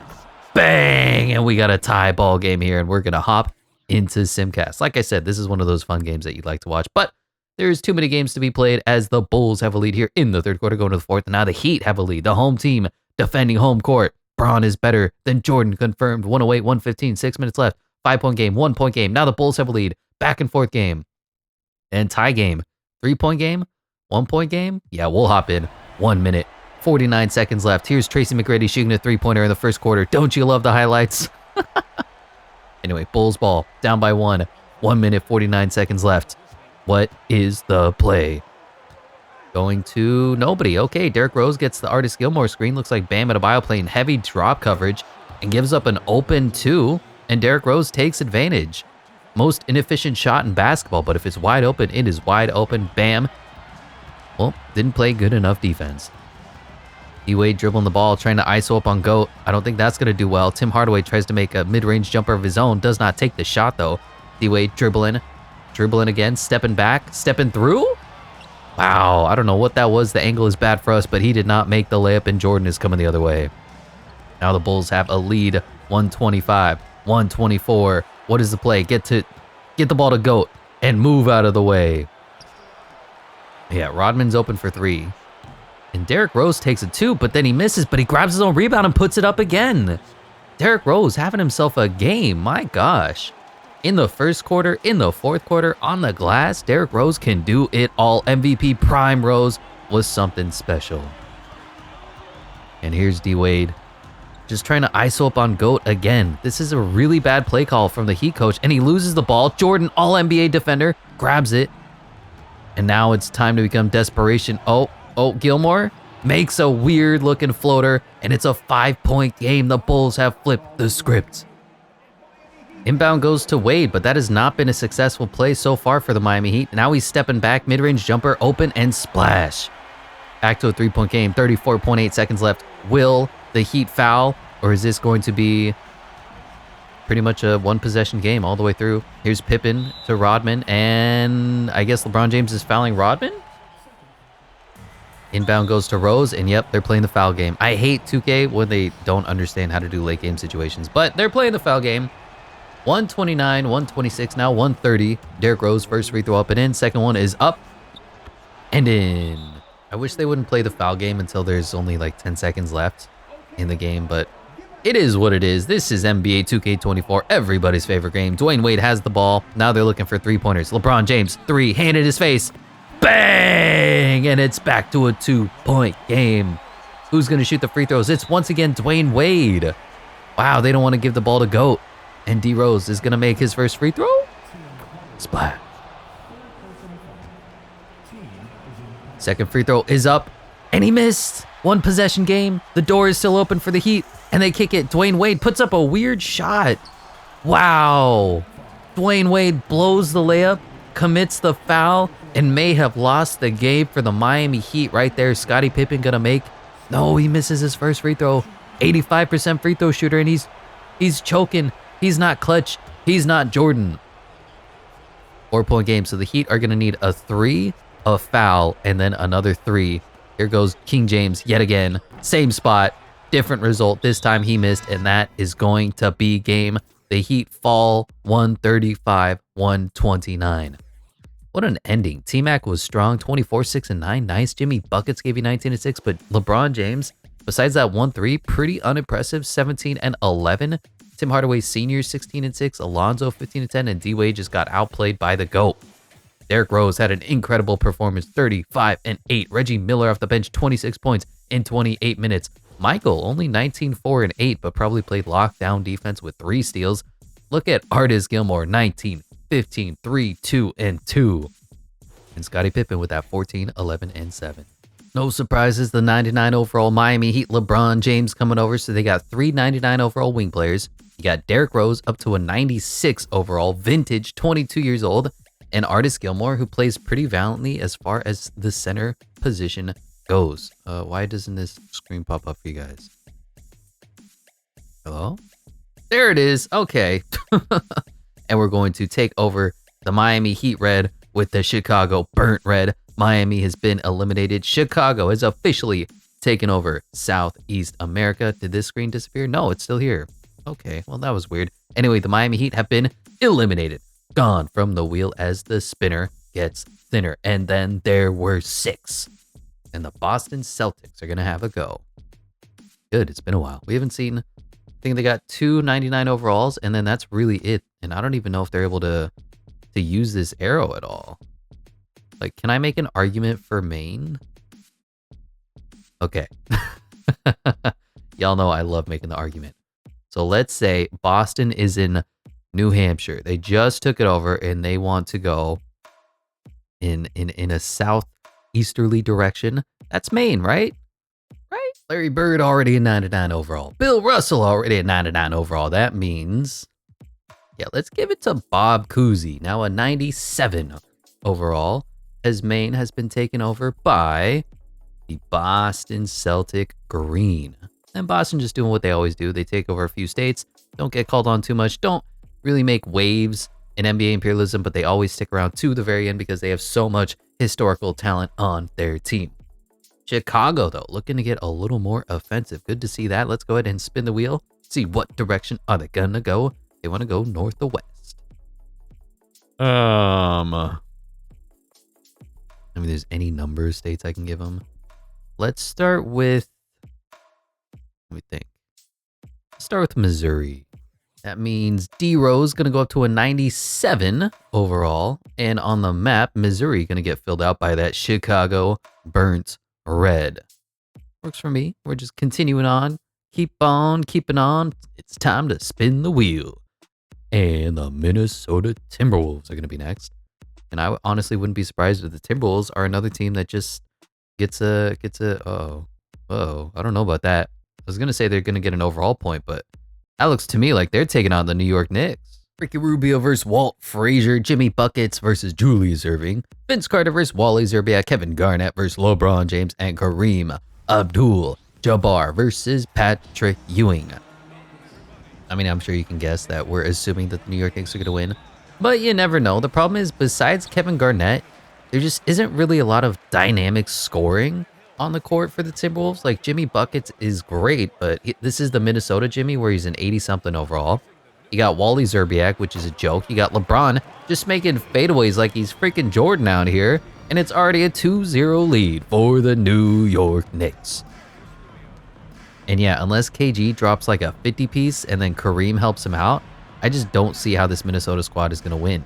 Here's Jimmy kicking it to Ricky, who's kicking it back to Jimmy, who's kicking it to KG, who's running off a pin-down screen like he's freaking Steph Curry or something. And then Ricky Rubio just...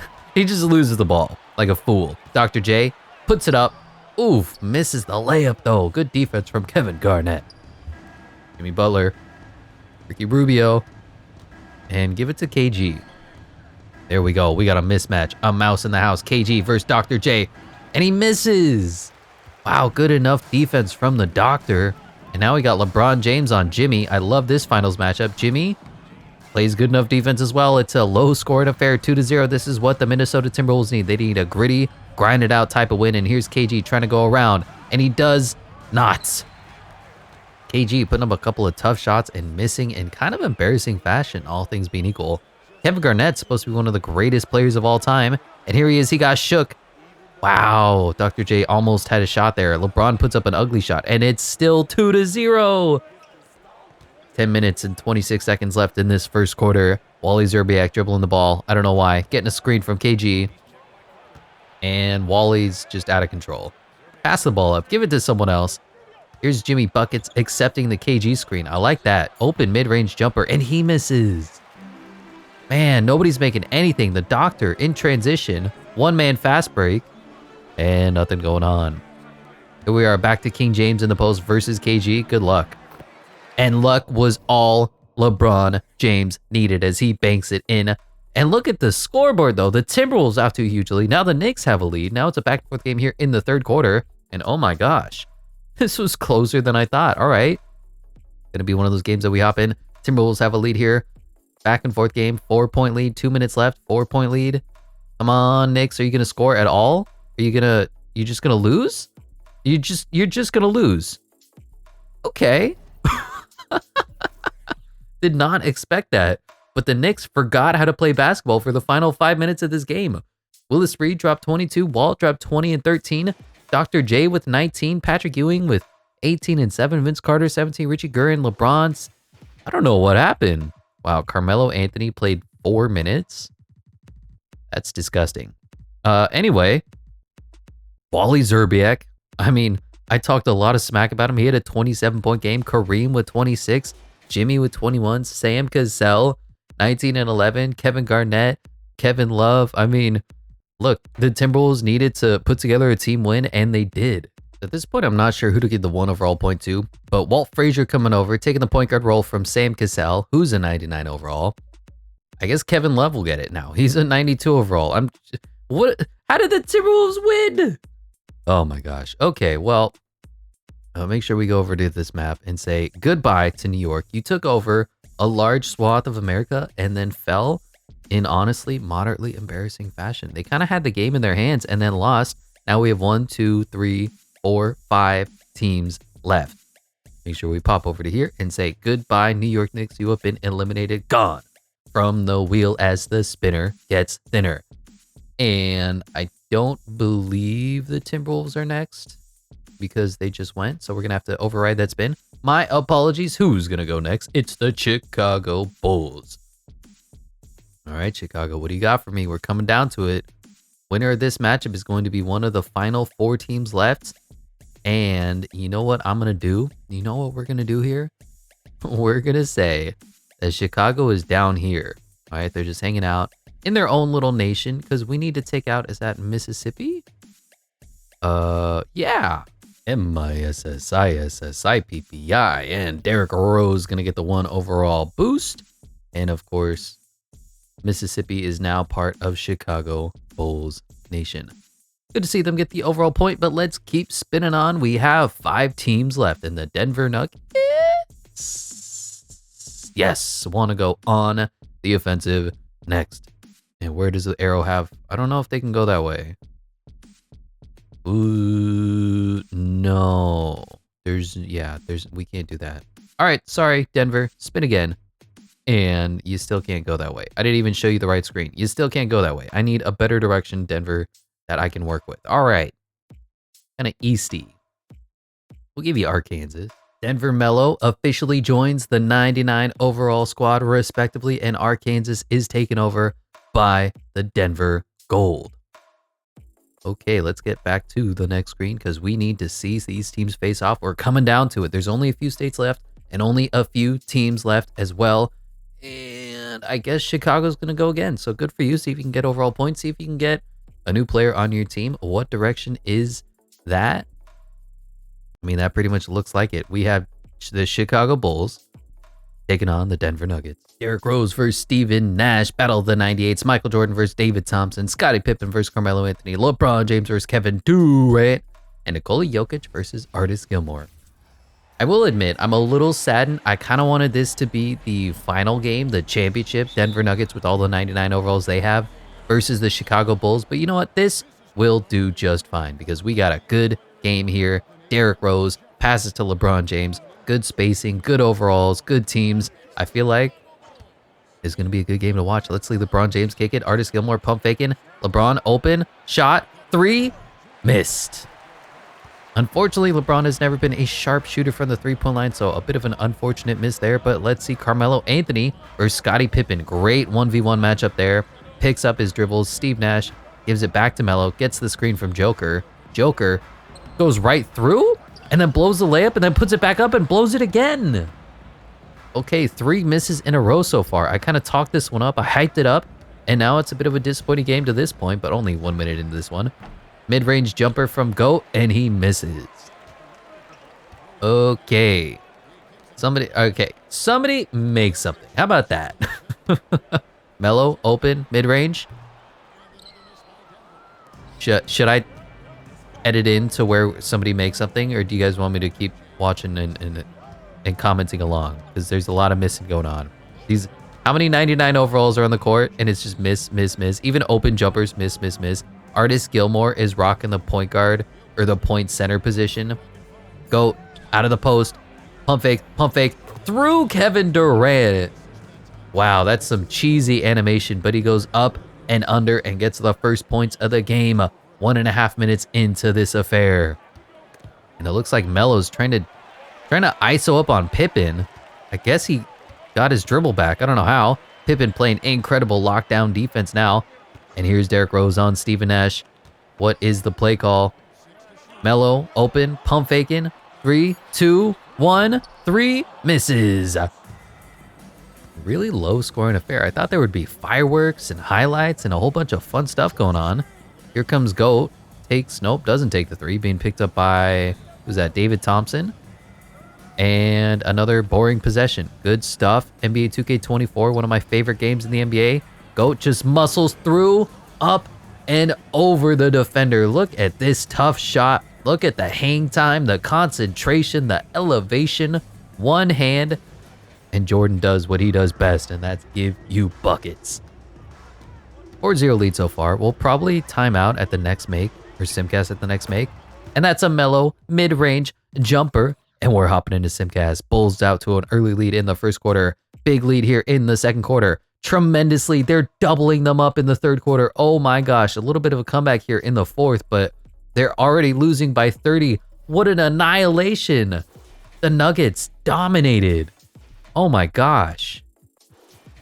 Kevin Durant was the only one who came to play. David Thompson was okay. Melo was okay. Joker was bad. Lever was bad. English was bad. Nash was horrific. Dan Issel was bad.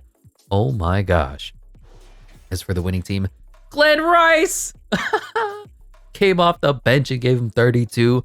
Jordan with 27. Jimmy with 20. Rose with 13. Reggie 13, 5, 5. And LeBron 11, 5, and 7. Dennis Rodman gave you 14 rebounds.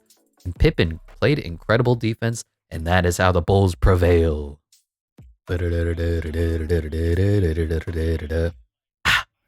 Hopefully this doesn't do a reverse jinx, but Nikola Jokic, 99 overall, is coming over to take Artis Gilmore's place as the center, and Derrick Rose also joins the 99 overall squad, so they are officially 5 starters at 99 overall for the Chicago Bulls as they completely dominated, in surprising fashion no less, this Denver Nuggets squad. And look at the Bulls take over, and now, I mean, unless you say Bulls Celtics, they are the overwhelming favorites to win this whole damn thing. But we go over to this button here, and the Nuggets have been eliminated, gone.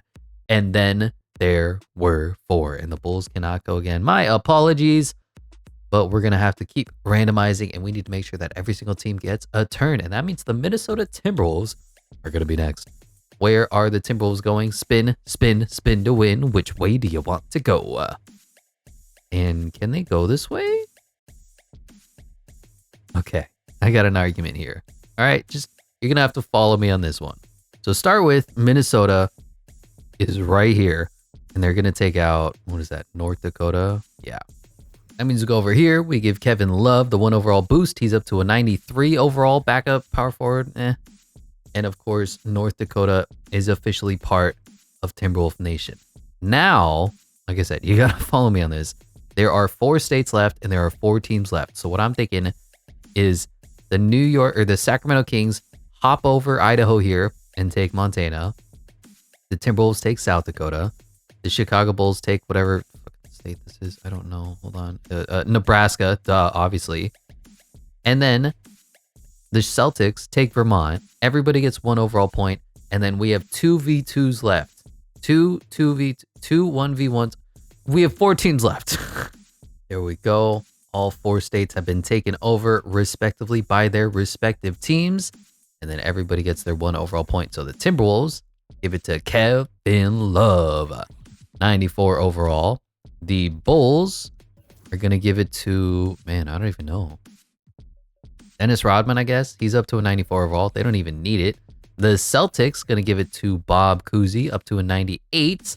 And the Sacramento Kings are going to be giving it to Jerry Lucas, up to a 97 overall. Not too bad. Not too bad. Let's go over to the next window and spin, spin, spin to win. Who's going to go next?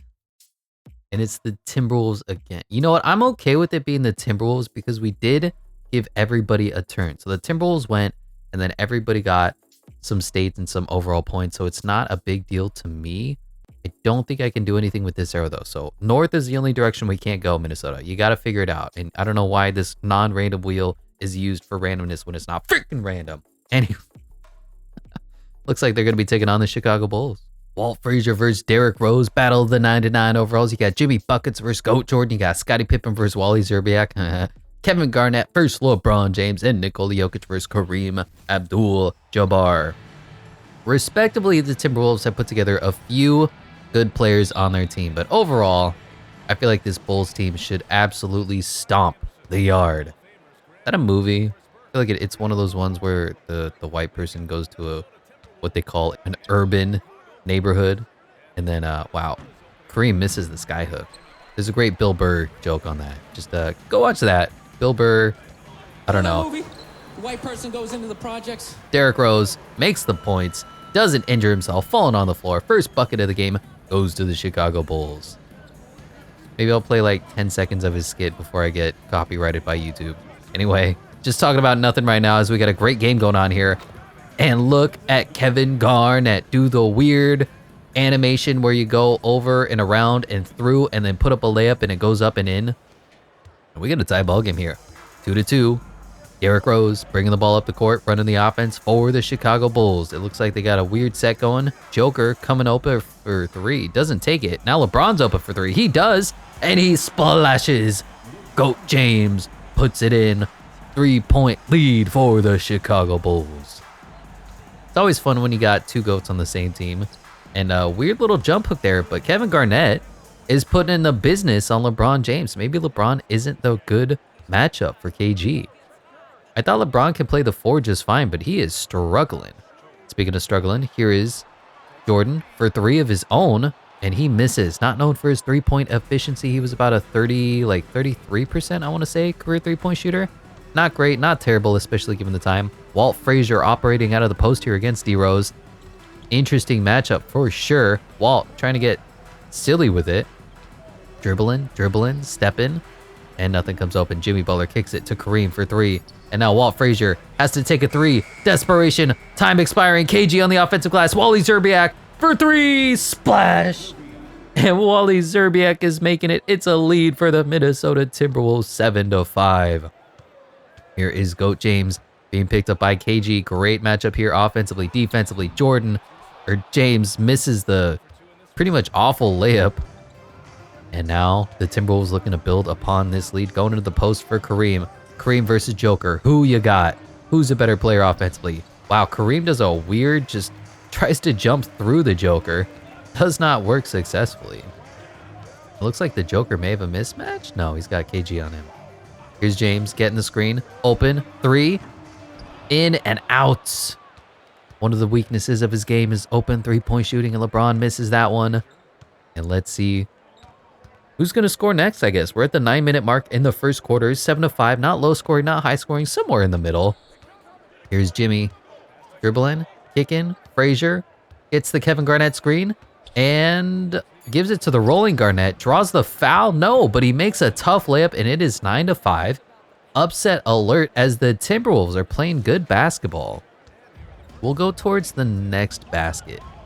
Because I was not expecting the Bulls to lose this one. But there we go. Jordan, long 2, mid-range, jumper, and he missed.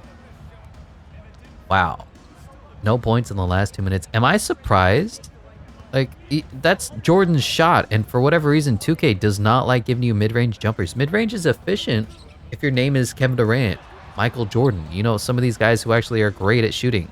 Anyway, Joker playing incredible defense on Kareem. And Kareem misses now.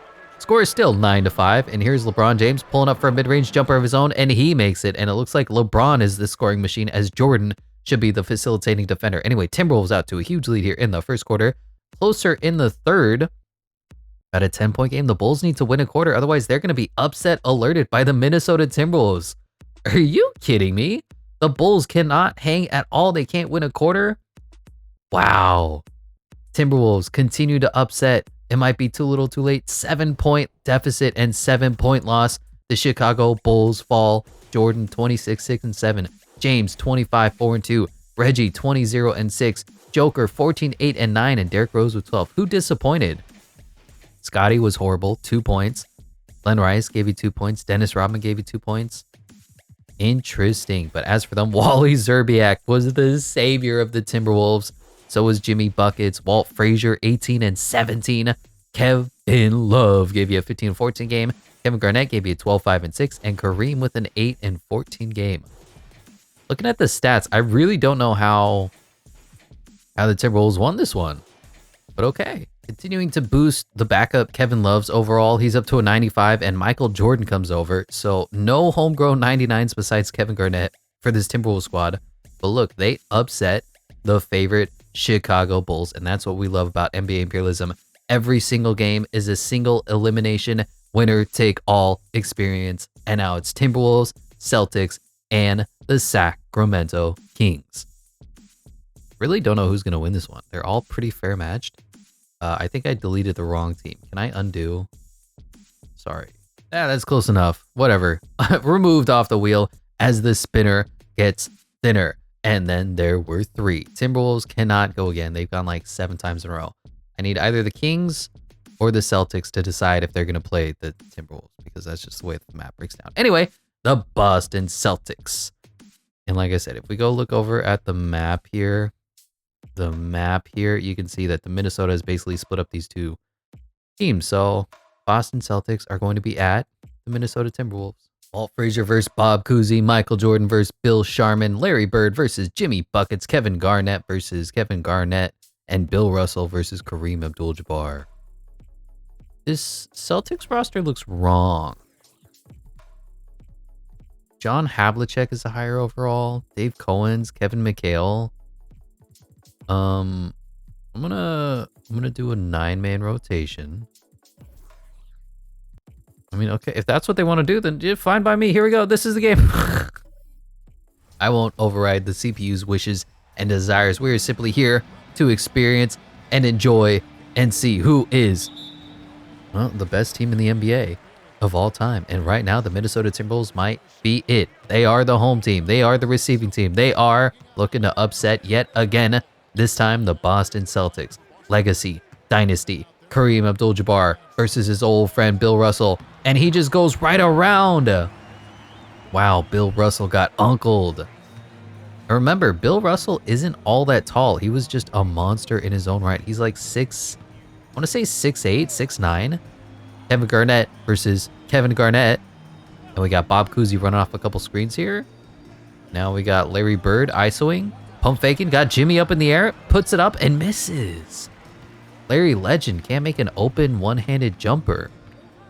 It's a little unfortunate. Walt Frazier now kicking to Michael Jordan. Jordan backing down whoever this was. Is that Bill Sharman? And he misses. Another one of those games, I bet. Everybody's missing everything. Here's Bob Cousy between the legs, kicks it, backdoor, Sharman makes it. Jimmy Butler falls asleep, and Bill Sharman, not the toilet paper, gets the first points of the game for the Boston Celtics. We get a 2-2 ball game here. And hopefully one of these will come down to it. It will be an epic, fun, close, clutch game. Here's Walt Frazier dribbling the ball around. Not really any plays or any offense being run for the Timberwolves. Kevin Garnett looking to set the screen. And Walt, wow, mean step back. Misses. KG on the glass, jump hook, and he misses. We need some sliders where the teams don't miss all their shots. I don't know. It's like certain teams don't know how to play basketball. It's really bizarre. Anyway, Sharman versus Jordan. Who do you think's a better player overall? I think Sharman is. Anyway, Sharman gets the screen from Bill Russell. Doesn't really use it all that successfully. Pulls up contested and makes it 57% contested mid-range jumper. And Bill Sharman converts over Michael Jordan. Tell me that's not going to get him cooking. Tell me Mike isn't going to be pissed. And wow, Bill Russell just forgot to play defense. They're going to have a mismatch because Kareem is unstoppable. Bill Russell just cannot contend with the size, the speed, the agility, the athleticism. And we got a 4-4 ball game here. Bob Cousy, contested jumper, misses. KG grabs the rebound and kicks it up to Jordan. Where is GOAT going to go? He's going to go through the body, kicks it back to Kareem. Pump fake. 3 in the key? What are you doing? Passing it off? Okay. back to, I don't know what's happening in this possession. Here's Frazier kicking Kevin Garnett over Kevin Garnett. And Kevin Garnett grabs the rebound. And okay. Kind of a boring game, being honest. It's 4-4. Not a lot happening. Not a lot of fun stuff happening. Bob Cousy getting a Bill Russell screen. You love to see those short shorts. And doesn't do anything with it. 4, 3, 2, 1. Desperation shot. Miss. Oh boy. Okay, Walt Frazier, run some freaking offense for God's sakes. Here's Jordan. And where's this ball gonna go to? Walt Frazier? Nope. Gonna go to nobody. Just everybody's dribbling and isoing and not doing anything. All right, great. 3, 2, 1. Michael Jordan misses a shot over Bill Sharman because who is Bill Sharman? Oh! 3! Michael Jordan! And the Timberwolves have a 3-point lead here. Bob Cousy accepts the screen. Gets rejected. Larry Legend, though, gets the ball. Cousy gets it back. There's a mismatch somewhere. And personal foul on Jordan? Okay. Well, Simcast at the next make, but that means somebody has to actually make a shot. And it seems like that's few and far between these two teams. Got a 4-7 ball game here. Larry running off a couple screens. Still has Jimmy on him. Takes the 3 anyway. Misses. And Frazier grabs the rebound, running the fast break. Here comes Walt, dribbling, kicks it. Jordan grabs the Kevin Garnett screen, and Jordan attacks, pump fakes, shot, and splash. Michael Jordan, unstoppable from the mid-range over Bill Sharman, whatever. Anyway, going into halftime, and it's kind of a close game, about 9-point game, 10-point game. Fourth quarter, it's about 7 points, 9 points. Definitely one of those games that we're going to hop in if the Celtics remember how to score, because in the fourth quarter, it seems like the Timberwolves just dominate everybody that they play. Still a 7-point game, 9-point game, 9-point game, 9-point game. Wow, anytime that the Celtics score anything, the other team scores immediately again. The Timberwolves just make it. Okay, 1 minute left, 8-point game. It's not even the Celtics' ball right now. Wow, the Celtics need a miracle. Down by 8. And here is Jordan being double teams. Kicked it to Jimmy, who was open for a second. Kicks it to Kareem. And Jordan versus Sharman. Who you got? Kareem versus Bill. Who you got? Wilt versus Cousy. And Jimmy for the 3-pointer. That is exactly what the Celtics needed. Now they need a 3-pointer and a couple of stops and some luck. Here comes Sharman going right around Jimmy Butler. Puts it up and puts it in. It's Bill Sharman, not the toilet paper. Okay, I assume the CPU is going to bug out and start fouling, but here comes Jordan. Breaking the full court press, was kind of open. And is that a purposeful foul? I guess so. Walt Frazier is a pretty good free throw shooter. He makes the first one. Naturally made the second one, and this game is pretty much over. I'm really just waiting to see if the Celtics make a desperation 3 at all. Like, I haven't seen Larry Bird do a single thing. Bill Russell gets the inbound, kicks it to Larry. Speak of the devil. He puts it in, but now they're still down by 6. That's a 2-possession game at minimum. And you're going to need some missed free throws, turnovers, a little bit of luck. Kevin Garnett gets fouled by Kevin Garnett. And let's see if KG can make his free throws. First one is up and in. Oh, they're not calling a timeout. Okay, KG goes 2 for 2 from the free throw line. No surprises there. And what will the Celtics do? They're running and wasting a lot of time. Bob Cousy, long 3. Missed, and that is game. The Timberwolves, surprise, upstart, all-time Imperialism champions right now, upset the Boston Celtics, and we're just going to hop into Simcast because who saw that coming? They beat Michael Jordan and the Bulls. They beat Larry Bird and the Celtics, and they continue to steamroll, and they didn't have a lot of help. It was Jordan, 24 and 12, KG, 24 and 15, Kareem, 22, 4 and 5, Walt, 21 and 10, Kevin Love, 16 and 5, and then Jimmy, 15 and 5. The rest of the team was frankly horrifically bad. As for the Celtics, Bill Sharman led the way. 29 for him, KG 18. Bill Russell got outplayed 18, 10 and 7. Larry Bird 16, 7 and 6, and John Havlicek 14 and 11. Larry Bird coming over to be the, what is this, 4th 99 overall to join the team, and Kevin Love, the backup power forward, gets the 1 overall point again. I know. I don't really know what to do with this, but the Celtics have been eliminated off the wheel. And then there were two Minnesota Timberwolves versus the Sacramento Kings. Two small market cities, two teams that we really don't expect to see here, but the Celtics are eliminated. Oh God, what is this? Why did this happen? So here's what happens on the final spin. Whoever wins this theoretically would be more of a loser because they will be the away team, the attacking team against the other one. So it looks like the Sacramento Kings are going to go on the offensive into Minnesota to attack. Who would have guessed, but the Sacramento Kings and the Minnesota Timberwolves are the finalists of NBA Imperialism for the all-time teams in NBA 2K24. We got Oscar Robertson versus Walt Frazier, Michael Jeffrey Jordan versus Kobe Bean Bryant, Peja somehow made his way into this, versus Larry Bird, Kevin Garnett versus Jerry Lucas, and Wilt Still Chamberlain versus Kareem Abdul-Jabbar. As promised, I make this a Game 7 in the NBA Finals every single time that we do this, and the Minnesota Timberwolves are the home team. Hopefully this is going to come down to it. Hopefully it's going to be a fun game to watch and a fun game to enjoy, as we got a couple of sideburns at the point guard, we got a couple of baldies at the shooting guard, and Kobe takes his patented Michael Jordan fade and misses. Kevin Garnett bring the ball up the other way. Kareem versus, is this Jerry Lucas? That's a mismatch. Exploit that big fella. Looks like they're not going to, and Larry just throws the ball away. Okay, bad start to this one. First 30 seconds are a miss and a turnover, but I'm sure great things are going to happen. And Peja with a weird fading out of bounds. I don't know what you're doing. Three-pointer? Yeah, he misses that. Still 0-0, 1 minute into the contest. Walt Frazier D'd up by somebody. Larry Bird D'd up by nobody. Defensive miscommunication, not able to take advantage. Larry falls down for no apparent reason, and he misses his shot. And now we have Peja Stojakovic bringing the ball up the other way. Kobe Bryant D'ing him up and dribbling. Oscar Robertson posting up on Kevin Garnett, and he makes it? Well, go figure. The first points of the game is Oscar Robertson posting up on Kevin Garnett.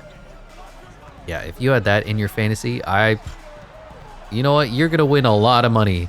Anyway, Kobe Bryant trying to just pure ISO up, or Jordan trying to pure ISO up on Kobe. He misses the turnaround.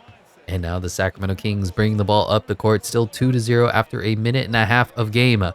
Looks like they may be trying to go to the post here. Okay. Cross screen for nobody. Now they're kicking it to Wilt Chamberlain. Don't know what this play is, but it's not a good one. Kobe, corner, three, missed. Was actually a good shot, but unfortunately Kobe Bryant does come up a little bit short. And Walt Frazier dribbling the ball. Looks like Larry's calling for it in the post. Being picked up by a very pale Peja Stojakovic. Almost runs out of bounds. And Jordan versus Bryant. Everyone's favorite matchup. Pump fake. Kicks it. And desperation shot gonna have to happen here. Step back. Three-pointer. Jordan missed. And a really ugly game so far. 2-0. Lots of misses. Lots of turnovers. The only make was a weird point guard on power forward fadeaway.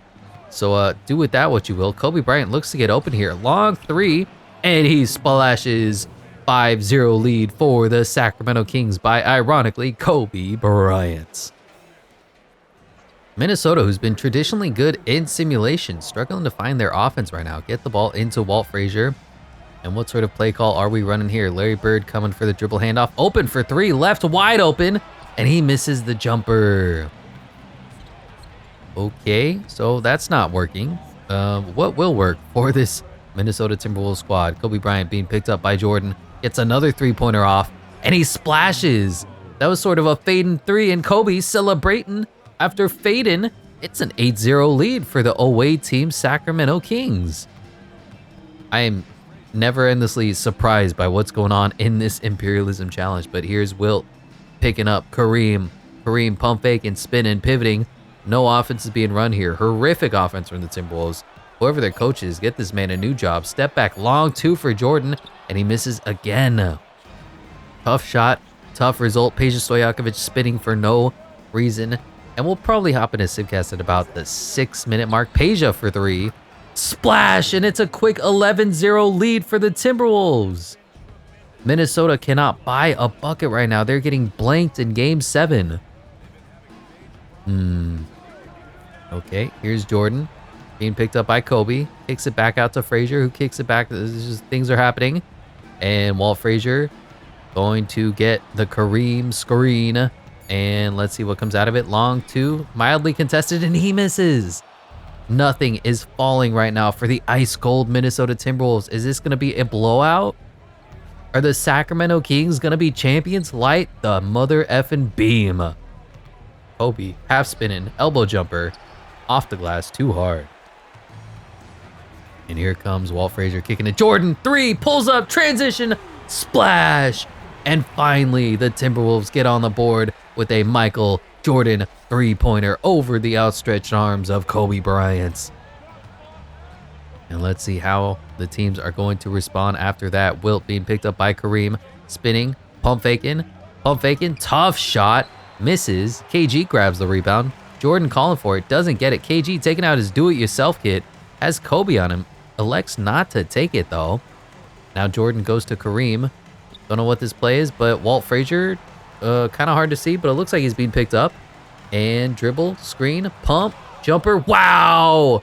May have been a goaltend, but Wilt climbs the ladder and snatches that shit right out of the air. And now Kobe gets his shit rejected. Back-to-back rejections.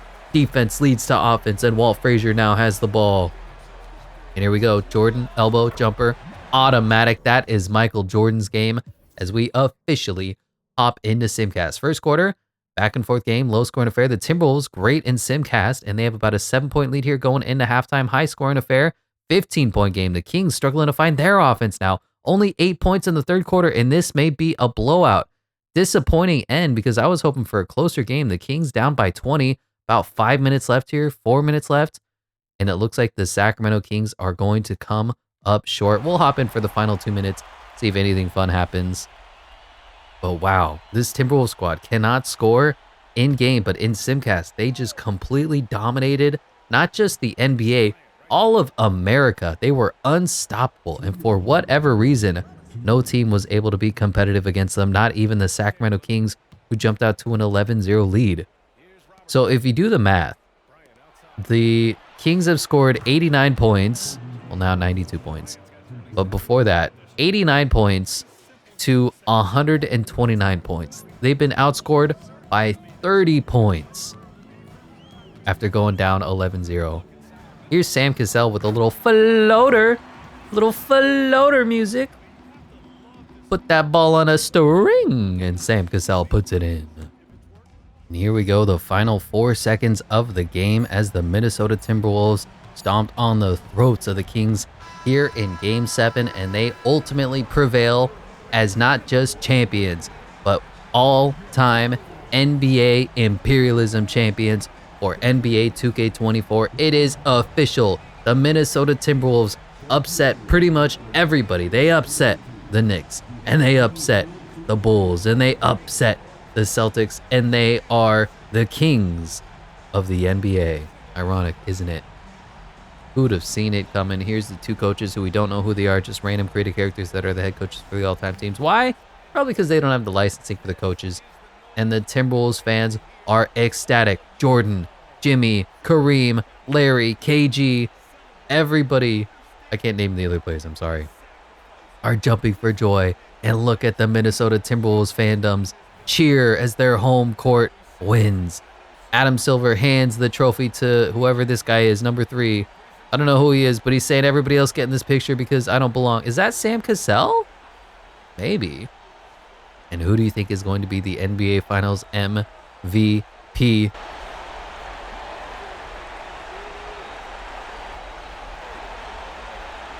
And it looks like it's going to go to Sam Cassell, who wasn't a starter. No, Stephon Marbury. Sure. I think he's like the 12th man on the team. Okay, game. Okay, still broken. And there you have it. Larry Legend is the Finals MVP at 16, 6, and 8, 41, 88, 30 splits. And of course, we will go over to map. We will go over to the map and make this official. The Kings have been eliminated. And who'd have thunk it? The Minnesota Timberwolves are the best team of all time in Imperialism.